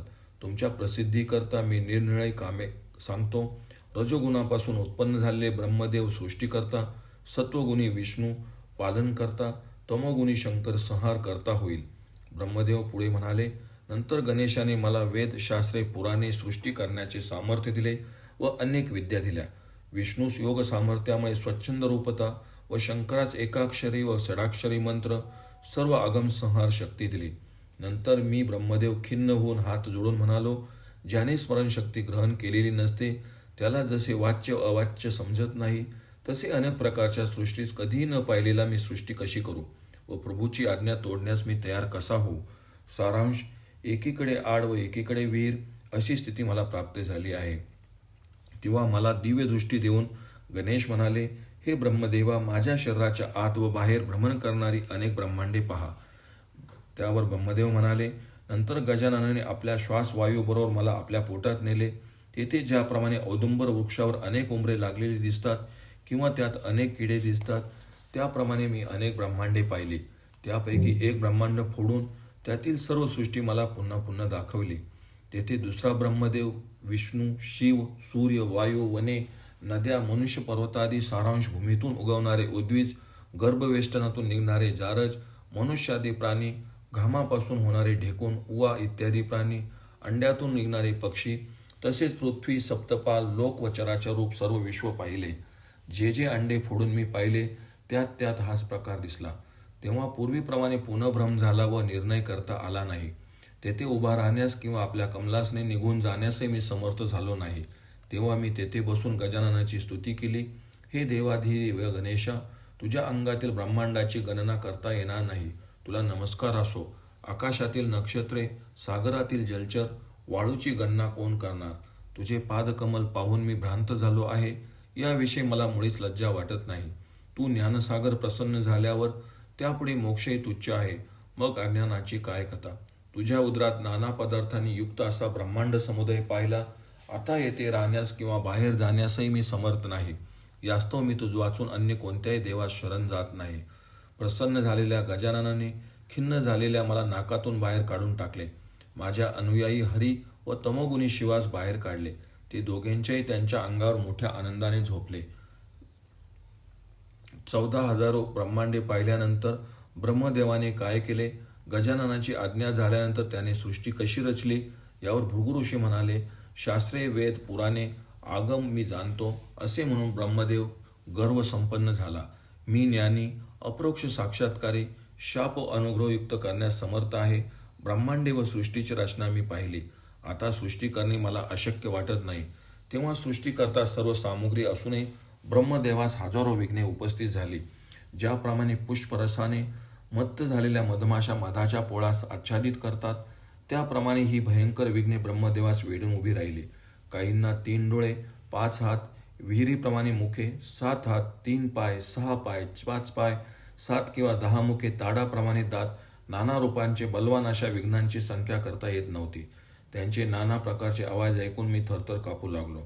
कित्येकांनी बुक्के मारले, कित्येकांनी खाली वाकविले, कित्येक स्तुती करू लागले, कित्येकांनी चारी शेंड्या धरून चारी मुखे हलवली. कोणी हसले, कोणी निंदा केली, प्रशंसा केली, कोणी बांधले, कित्येकांनी सोडले, ओढले, कित्येकांनी आलिंगन दिले, चुंबन घेतले, मिशा धरून प्रत्येकजण नाचू लागला. चिंता व शोकयुक्त व परतंत्र झालेला मी गर्व टाकला. जीविताविषयी निराश होऊन मूर्छा आली. 2 घटका गेल्यावर मनामध्ये प्रभूचे स्मरण केले व करुणेने रडत असल्याप्रमाणे गजाननाची मी प्रार्थना केली की हे गुरु, माझे आयुष्य थोडे नाही. अनेक जन्मात मन आसक्त झालेले व या भवसागरातून पार करणारे विमल तत्वज्ञानही भूलोकी जन्म घेऊन तुझ्या भजनाच्या योगाने मी श्रेष्ठ व निरुपम अशा भुक्ती मुक्तीस कसा व कधी प्राप्त होईल. तुझ्या कटाक्षरूप अमृताने भिजलेला तुझा भक्त दुःख भोगीत आहे ही गोष्ट तुलाच लाजिरवाणी आहे, कारण मज दीर्घायुष्य विधात्याला मरण नाही. यावर भृगू म्हणाले, तप कर. अशी आकाशवाणी ब्रह्मदेवाने ऐकली. त्या वाणीची त्याने पुन्हा प्रार्थना केली. ती आकाशवाणी ऐकताच नाना रूपी बलवान विघ्ने ब्रह्मदेवास सोडून गेली. तेव्हा विघ्नापासून मुक्त झालेला ब्रह्मदेव मंत्र व स्थाना वाचून मी तप कसे करू असा विचार करू लागला. चिंतेमुळे व्याकुळ झालेला ब्रह्म गणेशाचे ध्यान करू लागला. रत्नमय मुकुटकर, रक्तचंदनादी उटी अंगास लावलेला, शेंद्राप्रमाणे लाल मस्तक, कंठास मोत्याचा हार, सर्पाचे यज्ञोपवीत, रत्न व भूषण लिहालेला, बोटात अंगठ्या उदराभोवती सर्प, रत्नमय कटिसूत्र, सुवर्णाचे रक्तवस्त्र परिधान केलेला, मस्तकी चंद्र, दंत व सोंड झळकत असलेल्या गणेशाचे ध्यान करू लागला.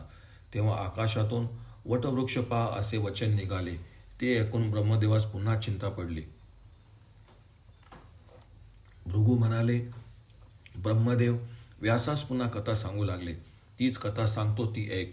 ब्रह्मदेव म्हणाले, नंतर मी स्वप्न पाहिले. आकाशात पसरलेल्या पाण्यात फिरणाऱ्या मला एक मोठा वृक्ष दिसला. वारे, उष्णता, पाऊस यांच्या योगाने स्थावर जंगम सृष्टी नष्ट झाली असता हा एकच मोठा वृक्ष कसा शिल्लक राहिला असा संशय झालेला मी त्या एका पानावर एक बालक पाहिले. त्याला 4 हात, मुकुट, 2 कुंडले, गळ्यात मणी व मोत्याची माळ, मस्तकी अर्धचंद्र, रक्तवस्त्र, कटिसूत्र, 1 दात, शरीर मनुष्याचे व मुख हत्तीचे अशा त्या दैदिप्यमान बालकास पाहून हे येथे कसे आले असा मी तर्क करू लागलो. इतक्यात त्या बालकाने सोंडेने मजवर पाणी फेकले. तेव्हा चिंता व आनंद यांनी युक्त होऊन मी मोठमोठ्याने हसू लागलो. तेव्हा ते बालक वडाच्या पानावरून खाली उतरले. माझ्या अगदी जवळ येऊन मंजुळ वाणीने म्हणाले, तू जरी वृद्ध आहेस तरी तू अजून लहानाहून लहान मूढ बुद्धी आहेस, कारण सृष्टीच्या चिंतेने घेरलेल्या तुला विघ्नांनी नाहीसे करून टाकले आहे. म्हणून तपाविषयी चिंतातूर झालेल्या व पाण्यामधून भ्रमण करीत असलेल्या तुला मी चिंतेचे निवारण करणारा उपाय सांगतो. माझ्या एकाक्षरी मंत्राचा मी तुला उपदेश करतो. तू पुरश्चरण मार्गाने जा, लक्ष जप कर, म्हणजे मी तुला प्रत्यक्ष दिसेल, उत्तम सामर्थ्य देईल. हे आश्चर्यकारक स्वप्न पाहून मी जागा झालो. मला परमेश्वराचे दर्शन केव्हा होईल म्हणून मी शोक केला, पण स्वप्नामुळे आनंदित झालो. नंतर स्नान करून व कमलावर एका पायाने उभा राहून गजाननाचे ध्यान करीत पुष्कळ दिवस त्या मंत्राचा जप केला. इंद्रियांचा जय करून काष्ट किंवा पाषाणाप्रमाणे स्थिर व निराहार राहून देवांची 1000 वर्षे मी मोठे तप केले. तेव्हा माझ्या मुखातून असह्य ज्वाला उत्पन्न झाल्या. त्यांच्यामुळे सर्व भूतास फार पीडा होऊ लागली. माझी निष्ठा व भक्तीमुळे संतुष्ट होऊन तो देव माझपुढे प्रगट झाला. कोटी सूर्याप्रमाणे ज्याची शोभा आहे, अग्नीत जणू त्रैलोक्यात जाळीत आहे व संहार करीत आहे, परशु व कमल धारण करणारा, दिवमाईक, पापहर, सुंदर हत्तीप्रमाणे मुख, भक्तांच्या इच्छा पुरवणारा देव, मनुष्य व मुनींचे विघ्न नाश करणारा, तेजोराशी अशा देवास पाहून मी कापू लागलो. चिंता व व्यग्र चित्त होऊन मी जपापासून च्युत झालो. माझे डोळे मिटले, स्मृती नष्ट झाली. माझी ती अवस्था पाहून विघ्नराज म्हणाले, भिवू नकोस. स्वप्नात ज्याने तुला एकाक्षरी मंत्राचा जप दिला तो मीच आहे. त्या मंत्रामुळे तुला सिद्धी प्राप्त झाल्यामुळे मी वर देण्यासाठी आलो आहे. आता मी सौम्य रूप धरले आहे, तू वर माग. मी प्रसन्न झालो, तुला हवे ते देईल, कारण मी प्रसन्न झाल्यावर सर्व काही होण्यासारखे आहे, त्यात संशय नाही. भृगू मुनी म्हणाले, गणेशाचे वचन ऐकून ते रूप पाहणारा ब्रह्मदेव हर्षित झाला व सर्व मस्तकांनी नमस्कार करून माझा जन्म सफल झाला असे म्हणाला. ब्रह्मदेव म्हणतात, जो देव वेद, योगी, उपनिषदांना गोचर होत नाही, जो अनादि अनंत निर्गुण आहे, तो पुण्याच्या समूहामुळे मला प्रत्यक्ष दिसला. हे विघ्नेश्वरा, जर तू प्रसन्न झाला आहेस तर मला तुझी दृढ भक्ती दे, ज्यामुळे मला दुःखाचा स्पर्श होणार नाही. मला अनेक पदार्थ निर्मिण्याचे सामर्थ्य मिळावे व विघ्ने नष्ट व्हावीत. स्मरणानेच मला निर्विघ्नता मिळावी व शेवटी शुद्ध ज्ञान व स्थिर मुक्ती मिळावी. गजानन म्हणाले, तथास्तु. तू नाना प्रकारची असंख्य सृष्टी कर. माझे स्मरण करताच विघ्ने नष्ट होतील व दृढ भक्ती व शुद्ध ज्ञान होईल. तू निशंकपणे सर्व कामे कर. मुनी म्हणाले, वर मिळाल्यावर ब्रह्मदेवाने त्या प्रभूंची पूजा केली. पूजेकरता मनात चिंतन केलेल्या वस्तू त्यांच्यापुढे आल्या. दक्षिणा देण्याच्या वेळी गजाननाच्या कृपेने 2 कन्या त्याच्यापुढे उभ्या राहिल्या. त्या सुंदर व नेत्र प्रसन्नमुख असलेल्या, रत्न अलंकार, दिव्यगंध, दिव्य माला वस्त्रांनी सुशोभित अशा त्या कन्या दक्षिणा म्हणून दिल्या. निरांजन पुष्पांजली सहस्र नावांनी स्तुती करून, प्रदक्षिणा व नमस्कार करून, हे प्रभो, दीनांचे कल्याण करणारा हो, अशी प्रार्थना केली. याप्रमाणे गजाननाची पूजा केल्यामुळे तो विघ्नहर्ता प्रसन्न झाला. सिद्धी व बुद्धी या 2 कन्यास घेऊन तो प्रभू गुप्त झाला. परमेश्वराच्या आज्ञेमुळे व प्रसादामुळे प्रसन्न झालेल्या ब्रह्मदेव पूर्वीप्रमाणेच विस्तृत सृष्टी करता झाला. राजा म्हणाला, गणेशाची कथा ऐकून मनात हर्ष होतो. मला पुन्हा कथा सांगा. या कथामृताने माझी तृप्ती होत नाही. गणेश गुप्त झाल्यावर ब्रह्मदेवाने सृष्टी कशी उत्पन्न केली, तसेच ब्रह्मदेवाने व्यासात जे आख्यान सांगितले ते सविस्तर सांगा. भृगू म्हणाले, ब्रह्मदेवाने सिद्धटेक क्षेत्राचे महात्म्य सांगितले ते सांगतो. प्रथम ब्रह्मदेवाने 7 मानसपुत्र निर्माण केले. त्यास आपापल्या बुद्धीप्रमाणे मला सृष्टी कार्यात सहाय्य करा, असे तो म्हणाला. ते तप करून परब्रह्मा प्राप्त झाले. ब्रह्मदेवाने आणखी 7 मानसपुत्र निर्माण केले. तेही अतिज्ञान संपन्न होते. तेव्हा ते सनकाधिक सृष्टी करीत नाही हे पाहून ब्रह्मदेव स्वतः सृष्टी करू लागले. ब्रह्मदेवाने मुखापासून ब्राह्मण व अग्नी निर्माण केले. तसेच बाहू, उरू व पाय यापासून दुसरे 3 वर्ण, हृदयापासून चंद्र, डोळ्यापासून सूर्य, कानापासून वायू, प्राण, बेंबीपासून अंतरिक्ष, मस्तकापासून द्युलोक, पायापासून भूमी, श्रोत्रापासून दिशा व दुसरे लोक निर्माण केले. दुसरेही स्थावर, जंगम, समुद्र, नद्या व पर्वत, तृणवृक्ष इत्यादी निर्माण केले. पुष्कळ दिवस गेल्यावर निजलेल्या महाविष्णूच्या कानातून मधु व कैटभ नावाचे असुर उत्पन्न झाले. त्यांचे मुख भयंकर, पिंगट डोळे, लांब नाक, धिप्पाड बलवान, पर्वताप्रमाणे उंच, मेघाप्रमाणे गर्जना करणारे, गर्विष्ठ व दुप्पट होते. ब्राह्मण, देव, मुनी, शास्त्रे यांची त्यांनी निंदा केली. त्यांच्या शब्दामुळे भूमी, शेष व सर्व ब्रह्मांड उद्विग्न झाले. क्रोधामुळे डोळे लाल, ब्रह्मदेवास खाण्यास ते तयार झाले. तेव्हा विष्णूस मोहित करणारी व त्याच्या नेत्रात असलेली जी निद्रादेवी तिची मधुकैटभाच्या नाशाकरता हरी जागा व्हावा म्हणून ब्रह्मदेव स्तुती करू लागला. गजाननाच्या प्रसादाने त्याने जाणले की विष्णूच्या हातून याचा वध होईल. हे देवी, स्वाहा, स्वधा, सुधा, मात्रा, अर्धमात्रा व स्वरूपी तूच आहेस. निर्माण करणारी, हरण करणारी, जनांची जननी, सत व असत यांची शक्ती तूच आहेस. श्रुती, कला, कालरात्री, जगाची माता, पोषण करणारी, सृष्टी, स्थिती व लय करणारी, सावित्री, संध्या, महामाया, तृषा, सुधा व सर्व पदार्थ मात्रांची तू शक्ती आहेस. त्रैलोक्याचा करता, दैत्यांचा घातक असा तुझा पती ज्ञानवान हरी निद्रेने व्याप्त झाला आहे. ज्यांच्यामुळे जग उत्पन्न होते, रक्षित होते व नाश पावते, त्यालाही तू अवतार घेण्यास भाग पाडतेस. या दुष्ट मधुकैटभांना तू मोहित कर व विष्णू जागे कर. पूर्वजन्मी या दोघांनी माझी आराधना केली. मी त्यांना पुष्कळ वर दिले, म्हणून आज ते मला अस्वस्थ करत आहेत.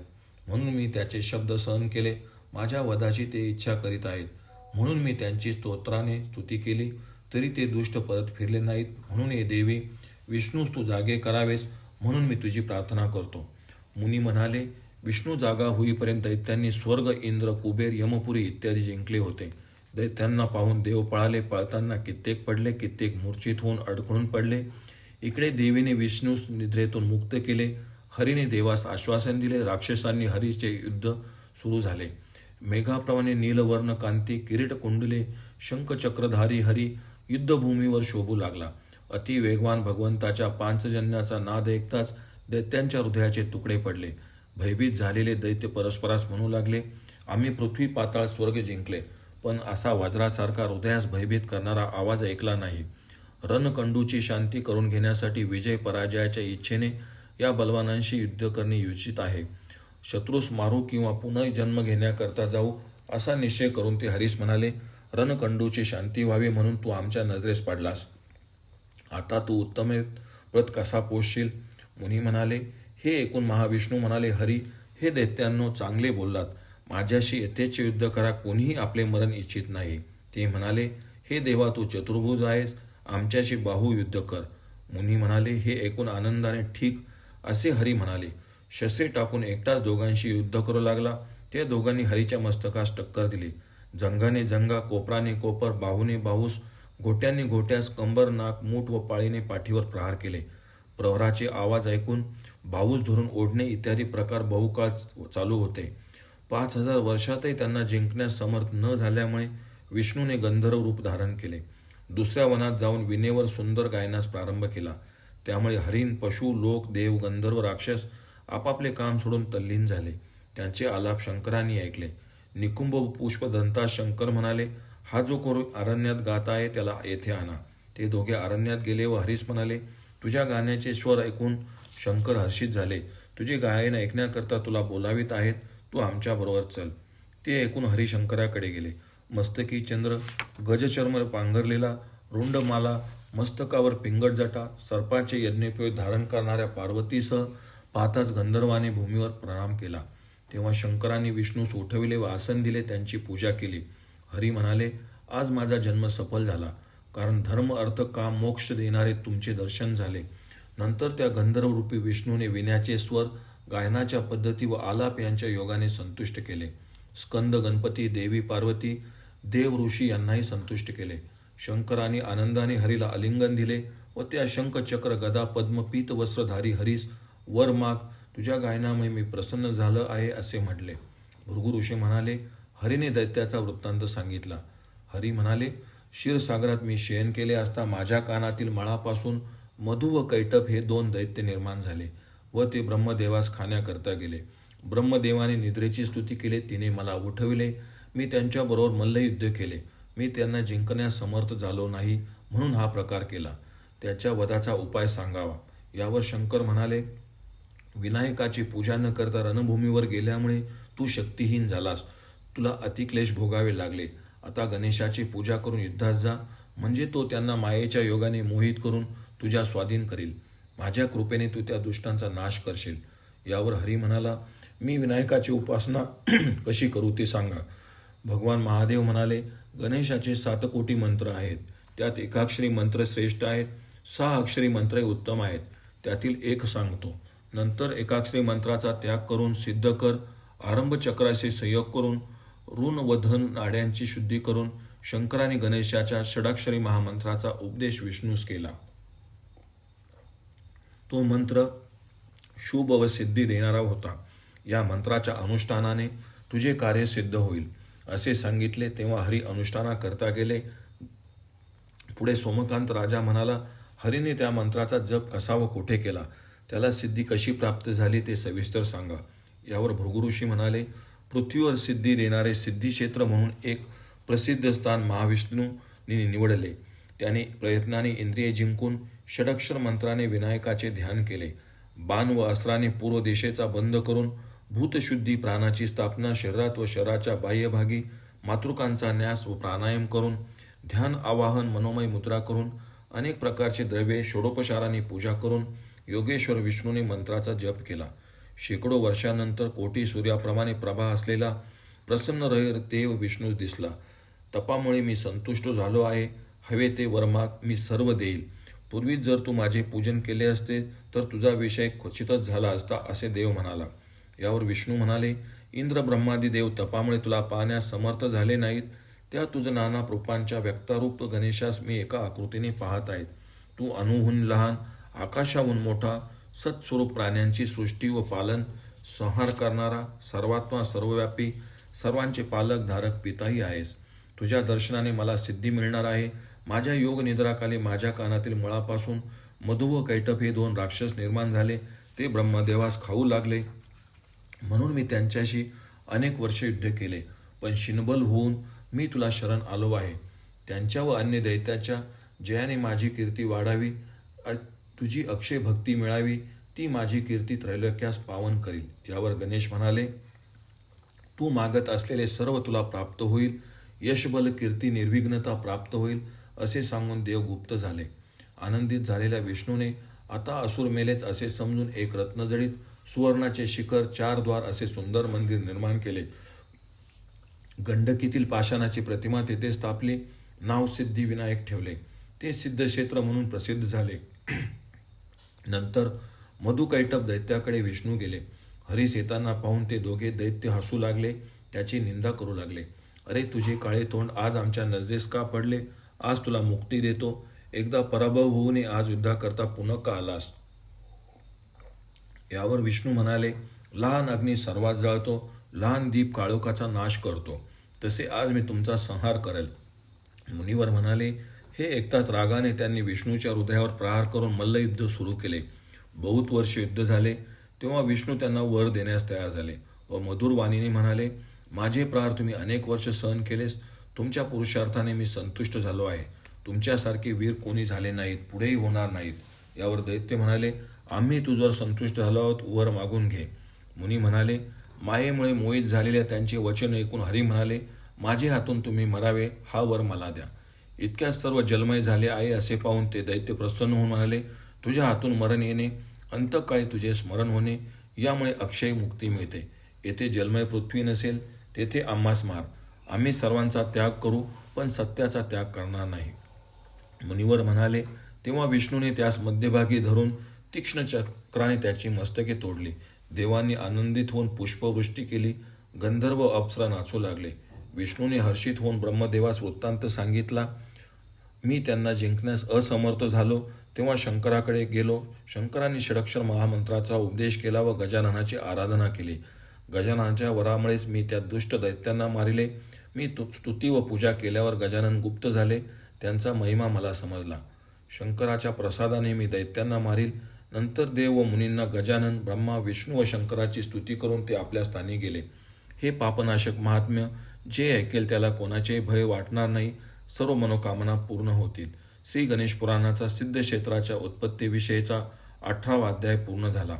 भृगु ऋषी म्हणाले, हे आख्यान व षडक्षरी मंत्र ऐकून अतृप्त व्यास ब्रह्मदेवास म्हणतात, पापनाशक, सर्व इच्छा पुरवणारे, पुण्यवृद्धी करणारे सिद्ध क्षेत्राचे व गणेशाचे महात्म्य मी ऐकले. मला पुन्हा गणेशाची कथा सांगा. कथामृत प्राशन करून माझी तृप्ती होत नाही. ब्रह्मदेव म्हणाले, मी गजाननाचे आख्यान सांगतो. विदर्भ देशात कौंडन्य नगरात दानशूर, पराक्रमी व दाता असा भीम नावाचा राजा होता. मांडलिक व इतर राजे त्यास कर देत. तो चालला असता त्याच्या मागून 10 कोटी घोडे, हत्ती, पायदळ व रथ जात असत. त्यांच्या आश्रयाने हजारो ब्राह्मण आनंदित झाले होते. त्यांची पत्नी चारुहासिनी ही कमळाप्रमाणे मुख, हरिणाक्षी, देवब्राह्मणाविषयी तत्पर, पतिवचनात तत्पर होती. पण दैवयोगाने ती पुत्रहीन होती. तिला पाहून तो पुत्रहीन राजा भीम म्हणे की राज्य सोडून वनात जावे. पुत्रहीनास गती नाही, स्वर्गही मिळत नाही. देव व पितर हव्य कव्य घेत नाही. माझी माता, पिता, धनराज्य इत्यादी व्यर्थ आहेत, कारण पुत्रापासून सर्व कर्म निष्फळ. वनात जाण्याचा निश्चय करून त्याने मनोरंजन व सुमंतू या 2 प्रधानास बोलविले. वेद, तर्क व 16 कला जाणणाऱ्या त्या प्रधानांनी येऊन राजास नमस्कार केला. भीम म्हणाला, तुम्ही माझ्या राज्याचे रक्षण करा.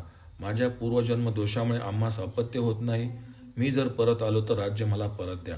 मी न आल्यास तुम्ही राज्य वाटून घ्या. नंतर पुण्याहवाचन करून ब्राह्मणास दाने देऊन तो पत्नी, 2 प्रधान व नागरिकासह नगरातून निघाला. 2 कोस गेल्यावर राजाने सर्वांस परत जाण्यास सांगितले. प्रधान म्हणाला, राजा, आम्ही पण तुझ्याबरोबर येतो. तेव्हा सुरत व नागरिक कष्टी होऊन रडू लागले. राजा म्हणाला, भिवू नका. मी या प्रधानांना तुमचे अधिकारी केले आहे. माझ्याप्रमाणे ते तुमचे संरक्षण करतील.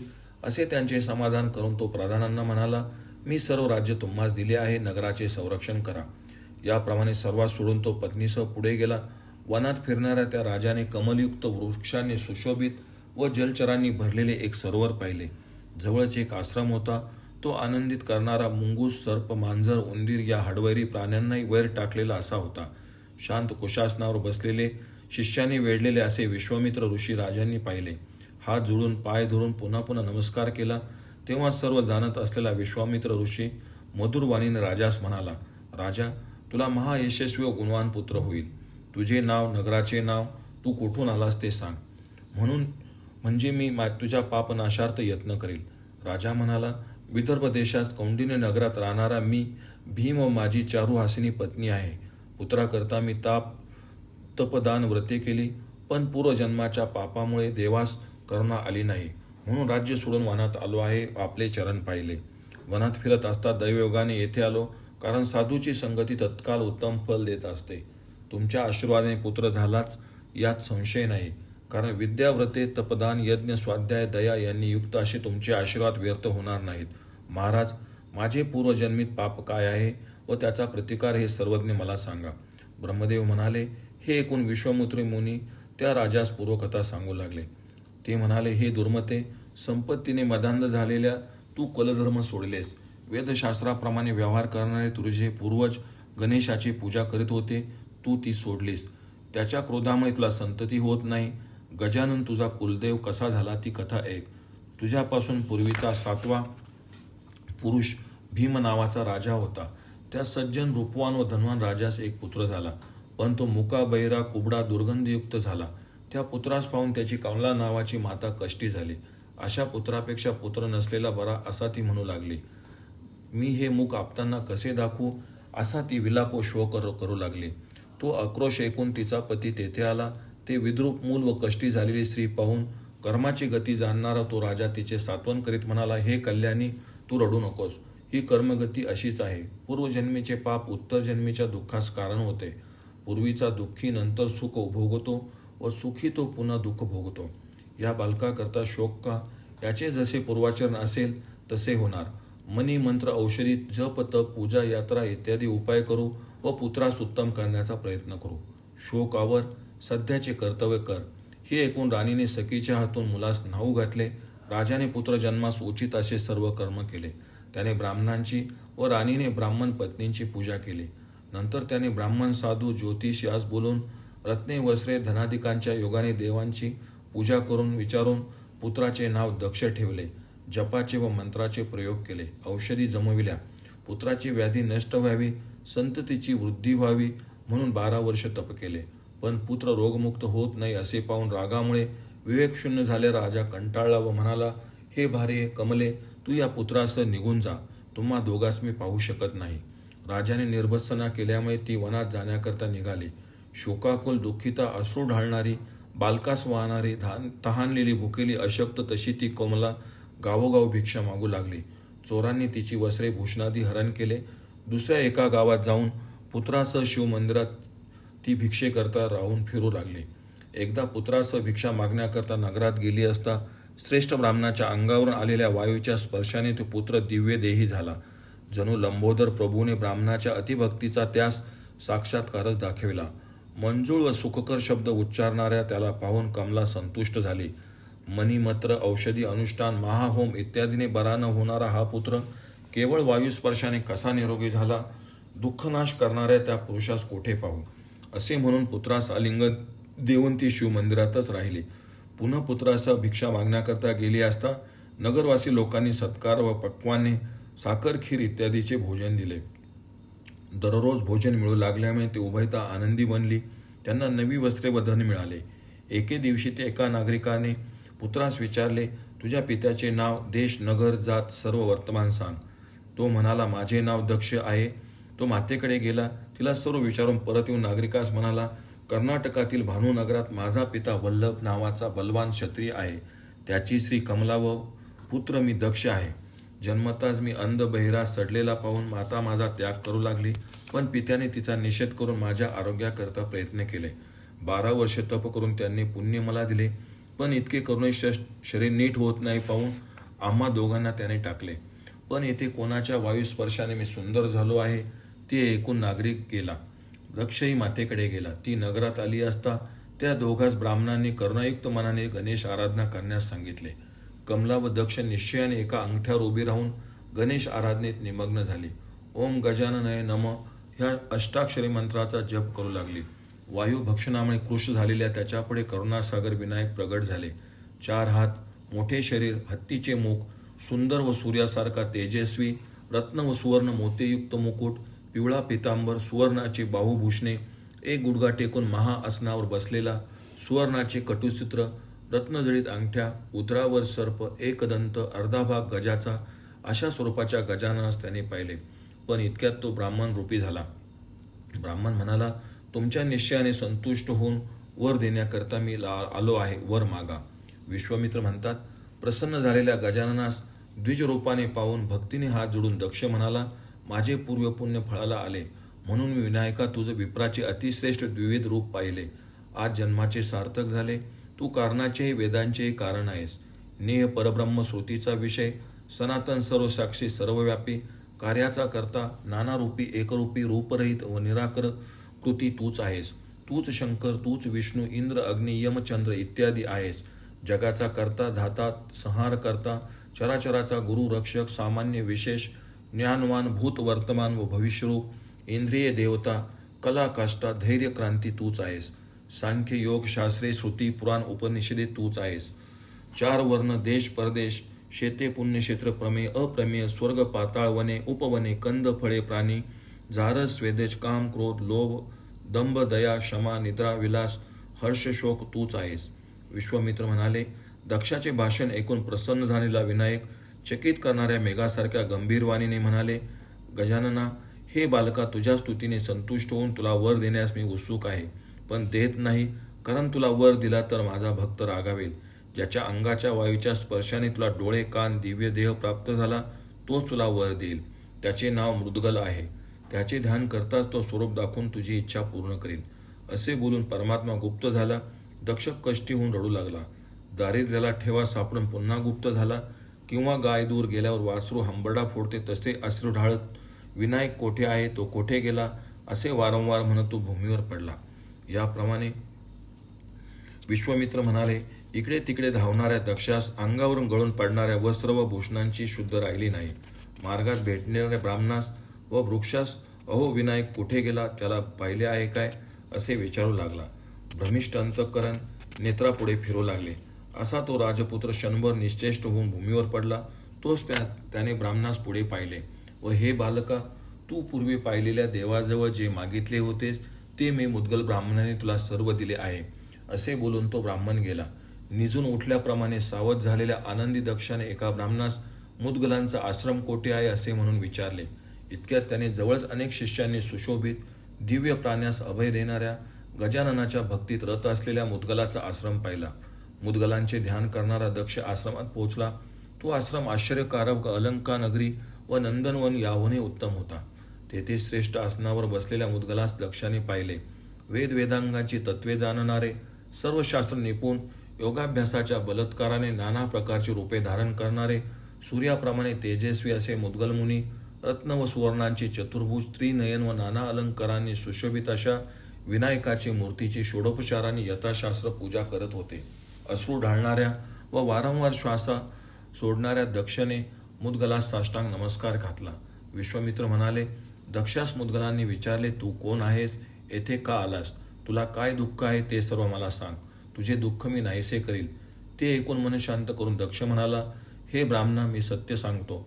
कर्नाटकातील भानू नावाच्या नगरात नितिज्ञ ज्ञानी दाता व दयाळू वल्लभ नावाचा राजा आहे. त्याच्या कमला नावाच्या पत्नीने मला जन्म दिला. माझे शरीर दुर्गंध व शतयुक्त, नाकातून रक्त वाहत असलेले, आंधळा बहिरा मुका व श्वासयुक्त होते. नागरिकांनी याचा त्याग करा असे राजास सांगितले. माझे शरीर चांगले व्हावे म्हणून पित्याने 12 वर्ष तप केले, पण महेश्वराच्या अवकृपेने यश आले नाही.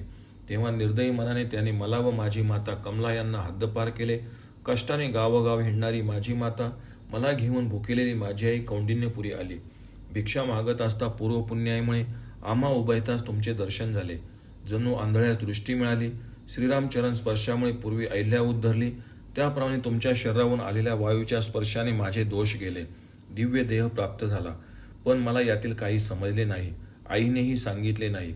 मी मात्र चकित होऊन निश्चय केला की ज्याच्या अंगावरून आलेल्या वायूच्या स्पर्शाने माझा देह दिव्य झाला, त्याचे दर्शन जेव्हा होईल तेव्हाच देह ठेवेन. बरेच दिवस फिरल्यावर देव प्रकट झाला. कोटी सूर्याप्रमाणे कांतिमान असा तो देव आम्हा उभयतांच्या तपश्चर्याने संतुष्ट झाला. त्याला पाहून कमलेच्या मनातील सर्व हेतू पूर्ण झाले. प्रसन्न झालेला देव म्हणाला. ज्याच्याकरता खिन्न होऊन फिरत आहेस, तो मी मुद्गल नावाचा ब्राह्मण तुला दर्शन देत आहे. हे ऐकून मी आनंदलो. मी स्तुती केली तेव्हा प्रसन्न होऊन वर माग असे देव म्हणाला. तेव्हा मनातील सर्व त्यास सांगितले. तेव्हा ब्राह्मणाचे रूप टाकून त्याने अनन्य रूप धारण केले. 4 हात, मोठे शरीर, मस्तकावर मुकुट, हातात परशु, कमल, माला, मोदक, दिव्य वस्त्र परिधान केलेला, दात व शुंडाग्र चमकत असलेला, सूर्यबिंबाप्रमाणे कानातील कुंडले, दिव्य अलंकार, पोटावर भुजंगाचे वेटोळे, देव ऋषी गंधर्व किन्नरांनी शोभित असे ते रूप पाहून, पूर्ण चंद्रास पाहून समुद्र पूर्ण होतो तसा मी आनंदलो. देव म्हणाला. मुद्गल तुझ्या इच्छा पूर्ण करील. नंतर स्वप्नानंतर जागृतीत काहीच दिसत नाही तसे ते स्वरूप गुप्त झाले. मी दुःखित होऊन बेशुद्ध पडलो, पण सावध होऊन वरमाग असे जे त्याने म्हटले होते आठवीत मी मागितले. माझ्या घरात स्थिर लक्ष्मी व तुझी भक्ती या 2 गोष्टी द्या. तेव्हा ते दिले आहे अशी आकाशवाणी ऐकले. नंतर संतुष्ट मनाने मी तुमच्याजवळ आलो आहे. तुम्ही मुद्गल व हा गजानन की तुम्ही गजानन व हा मुद्गल असे माझ्या मनात भासत आहे. सारांश, मला सर्वत्र गजानन दिसत आहे. भृगु ऋषी म्हणाले. तेव्हा मुद्गल म्हणतात, हे दक्षा, तू भाग्यवान भक्त व कृतकृत्य आहेस. तुझ्या भक्तीचा महिमा वर्णन करता येत नाही. मी 1000 वर्ष दृढ तप करीत आहे, पण मला अशा प्रकारे देवांचे दर्शन कधीच झाले नाही. जो सर्व जगाचा नाथ, चराचरांचा गुरु, त्रिगुणाचा नियंता, तो ब्रह्मा विष्णू महेशाची शरीरे, इंद्रिये, बुद्धी इत्यादींचा करता, ज्याला देव, ऋषी व वेद जाणीत नाहीत, अशा गजाननास तू प्रत्यक्ष पाहिलेस. तू श्रेष्ठ भक्तिमान आहेस. मीच तुझ्या चरणी वंदन करतो. उभयतांनी परस्परास नमस्कार करून आलिंगन दिले. ते गुरुबंधू बराच वेळ एकचित्त झाले. मुद्गलाने नम्र झालेल्या राजपुत्रास एकाक्षरी मंत्राचा जप ध्यानपूर्वक करण्याचा उपदेश केला. मुद्गल म्हणाले, या मंत्राचा तू दररोज अनुष्ठान कर, म्हणजे तो देव तुझवर प्रसन्न होईल. जर मंत्र त्याग केलास तर तुझा नाश होईल. त्याच्या भक्तीचा जर दीर्घकाल प्रचार केलास तर इंद्रादी लोकपालही तुला वश होतील व या लोकी सर्व भोग भोगून अतिमोक्षात जाशील. राजा म्हणाला, दक्षपुत्राचे आश्चर्यकारक चरित्र ऐकून विस्मय वाटत आहे. अंध, कुबडा, रक्त दुर्गंधीयुक्त चरित्र, मुका अपवित्र श्वास शिल्लक असलेल्या दक्षपुत्राचा देह मुद्गलाच्या शरीरावरून आलेल्या वायूच्या योगे दिव्य कसा झाला? कोणत्या पुण्याईमुळे कोणत्या पापापासून मुक्त झाला? दिव्य 1000 वर्ष तप करूनही इष्ट दर्शन कसे झाले नाही? दक्षास विनायक सहज कसा दिसला? तो पूर्वजन्मी कोण होता हा संशय घालवा. गजाननाचे कथामृत पिऊन तृप्ती होत नाही. विश्वामित्र म्हणाले, उत्तम प्रश्न केलास. तुझा संशय घालवण्याकरता सर्व सांगतो ते एकाग्र मनाने ऐक. सिंधू देशात पल्लवी नावाच्या नगरात कल्याण नावाचा धनवान वैश्य राहत असे. तो दाता, चतुर, बुद्धिमान व देवब्राह्मणांच्या सेवेत तत्पर असे. त्याची पत्नी इंदुमती पतिव्रता होती. त्यांना एक उत्तम व गुणवान पुत्र झाला. तेव्हा कल्याणाने ब्राह्मणास दक्षिणा, सुवर्णे, रत्ने, अलंकार, गायी दिल्या. मुलाचे नाव बल्लाळ, बलयुक्त असलेला ठेवले. पुष्कळ वर्षानंतर सदा देवपूजेमध्ये तत्पर असलेला बल्लाळ मित्रासह एकदा आनंदाने गावाबाहेर जाऊन अनेक खेळामध्ये गुंग होत वनात गेला. तेथे स्नान करून एका सुंदर पाषाणाची गणेशाची भावनेने स्थापना केली. दुर्वा व पल्लवाच्या योगे त्याची पूजा केली. कित्येक मुले देवाचे ध्यान व जप करते झाले. काही भक्तिमय नाचू लागले. काहींनी लाकूड व पानांच्या योगे मंडप उभारला. काहींनी भिंती, कोट व काहींनी देव मंदिर बांधले. कित्येक फुले पाने देवास समर्पण करून धूप, दीप, नैवेद्य, फल, तांबूलादी निवेदन करून आनंदाने पूजा करते झाले. काही पंडित होऊन पुराण सांगू लागले. काही धर्मशास्त्रावर व्याख्यान करू लागले. देवाच्या सेवेत तत्पर होऊन तेथे बरेच दिवस घालवले. देवभक्तीमुळे कोणास तान भुकेचे भान राहिले नाही. पुढे एकदा त्या सर्व मुलांचे बाप रागाने कल्याणाच्या घरी गेले व म्हणाले, बल्लाळास आवर. तो आमच्या मुलांना बोलावून रोज वनात नेतो. ते सकाळ, दुपार, संध्याकाळी भोजनास येत नाहीत. त्यामुळे आमचे पुत्र कृश झाले आहेत. तू पुत्रास शिक्षा कर, नसता आम्ही त्यास बांधून मार देऊ व नगरस्वामीकडे जाऊन तुला नगराच्या बाहेर घालवू. हे त्याचे पूर्वी कधी न ऐकलेले भाषण ऐकून रागाने लाल डोळे करून काठी घेऊन पुत्रास मारण्याकरता तो वनात गेला. काठीने मंडप मोडून टाकला. सर्व मुले पळून गेली. एकटा बल्लाळ दृढ भक्तीमुळे स्थिर झाला. कल्याणाने पुत्रास धरून काठीने पुष्कळ मारले. पावसाळ्यात पर्वतारूप पाण्याचे पाठ वाहतात तसे त्याच्या शरीरावरून रक्ताच्या धारा वाहू लागल्या. देवास दूर फेकून, पुत्रस्नेह सोडून क्रूर यमदूताप्रमाणे कल्याणाने पुत्रास शेकडो विलींच्या दोरांनी झाडास दात, हात किंवा पायाने मुक्त होता येणार नाही अशा प्रकारे बांधले व तो पुत्रास म्हणाला, तुझा देव तुला सोडविल. अन्न, पाणी, रक्षण तोच करील. यापुढे जर तू घरी आलास तर मरशील. मुनी म्हणाले. रागावलेला कल्याण देवालयाचा विध्वंस करून पुत्रास झाडाशे बांधून घराकडे निघाला. दैवयोगानेच तो दुष्ट झाला होता. इकडे तो वैश्यपुत्र मनाने देवाचे चिंतन करून म्हणाला, हे देवा, विघ्नांचा शत्रू हे तुझे नाव लोकांमध्ये प्रसिद्ध कसे झाले? दुष्ट पुरुष व विघ्न यांचा तू नाश करीत नाहीस, मग तू दुष्टांचा घातक या नावाने तू प्रसिद्ध कसा आहेस? शेष पृथ्वीस, सूर्यप्रकाशास, चंद्र अमृतास, अग्नी उष्णतेस सोडील, पण देवभक्तांची उपेक्षा करणार नाही, असे वेदशास्त्र प्रसिद्ध आहे. त्याची वाट काय? असा विलाप करून दुष्ट कल्याण पित्यास त्याने शाप दिला. ज्याने हे माझे उत्तम देवालय मोडले, गणेश मूर्ती फेकून दिली, मला मारले, तो अंध, बहिरा, मुका व कुबडा होईल. गजाननाच्या ठाई माझी दृढ भक्ती असेल तर मी म्हटल्याप्रमाणे त्याला अनिष्ट फल प्राप्त होईल. माझी भक्ती व मन बांधलेले नाहीत, फक्त देहच बांधलेला आहे. आता या निर्जन वनात देवाचे चिंतन करीत देह सोडीन. मी इतरांप्रमाणे पळून जाणार नाही. त्याचा निश्चय पाहून गजानन ब्राह्मण रूपाने प्रकट झाले. सूर्योदयाबरोबर रात्रीचा अंधकार नष्ट होतो, तसे गजाननाच्या तेजामुळे बल्लाळाची बंधने शिथिल झाली. त्याने देवास भूमीवर नमस्कार घातला. तोच त्याचा देह सुंदर झाला. जखम व रक्त राहिले नाही. दर्शनामुळे शुद्ध ज्ञान झाले व त्याने गजाननाची स्तुती केली. माता पिता बंधू चराचर सृष्टीचा कर्ता व निर्माता तूच आहेस. दुष्ट व साधूंची बऱ्या वाईट योनीत तूच योजना करतोस. सर्व पदार्थ रूप म्हणजे दिशा, आकाश, पृथ्वी, समुद्र, पर्वत, धातू इत्यादी तूच आहेस. त्यावर मुनी म्हणाले. गजानन प्रसन्न झाला, भक्तास आलिंगन दिले व मेघाप्रमाणे स्वरात देव म्हणाले, ज्याने माझे मंदिर मोडले तो नरकात पडेल. तुझा शाप त्याला लागेल. तो अंध, बहिरा, कुबडा, मुका, रक्तस्राव युक्त होईल. त्याचा पिता त्याच्या मातेसह त्याला घरातून घालवून देईल. आणखी इष्ट माग, दुष्प्राप्य असले तरी देईल. मुनी म्हणाले. बल्लाळ म्हणाला, तुझी भक्तदी या क्षेत्रात स्थिर हो. विघ्नापासून लोकांचे रक्षण कर. गणेश म्हणाले, प्रथम तुझे व नंतर माझे नाव या नगरात प्रतिष्ठित होईल. माझ्या ठायी तुझे चित्त व भक्ती जळेल. भाद्रपद शुद्ध चतुर्थीस जे लोक पल्ली नगरात माझी यात्रा करतील त्यांचे सर्व मनोरथ मी पूर्ण करील. भृगु ऋषी म्हणाले. वर देऊन देव गुप्त झाले. बल्लाळाने ब्राह्मणासह उत्तम प्रासादात विनायकाची स्थापना केली. विश्वामित्र म्हणाले, जे ऐकल्यामुळे प्राणी सर्व पापापासून मुक्त होतो व कामना पूर्ण होतात असे बल्लाळ विनायक आख्यान तुला सांगितले. भृगु ऋषी म्हणाले. विश्वामित्राचे भाषण ऐकून वैश्यांचा इतिहास ऐकण्यास उत्सुक झालेल्या भीमाने मुनीस जो प्रश्न केला तोच सांगत आहे. भीम म्हणाला, मी दक्षाचे चरित्र ऐकले, मन शांत झाले. पुढे कन्यान वैश्यवाची अवस्था काय झाली ते सांगा. त्यावर विश्वामित्र म्हणाले, एकाग्र मनाने एक कल्याण शरीराच्या असंख्य घाव व रक्तातून रक्तस्राव होऊ लागला. तो आंधळा, बहिरा, मुखा, दुर्गंधयुक्त झाला. इंदुमतीने पाहून हे काय झाले, अशी अवस्था कशामुळे झाली असे म्हणून शोक करू लागले. ज्ञानी दाता, देवद्विजांची सेवा करणारा, धर्मशास्त्रावर निष्ठा व पत्नी संतुष्ट ठेवणारा यास ही अवस्था कशी प्राप्त होईल. मुनी म्हणाले, विलाप करणारी, दीर्घश्वास सोडणारी, पतीने पुत्रास वनात बांधले असे ऐकून पुत्रास जेथे बांधले होते तेथे शोक करीत आले.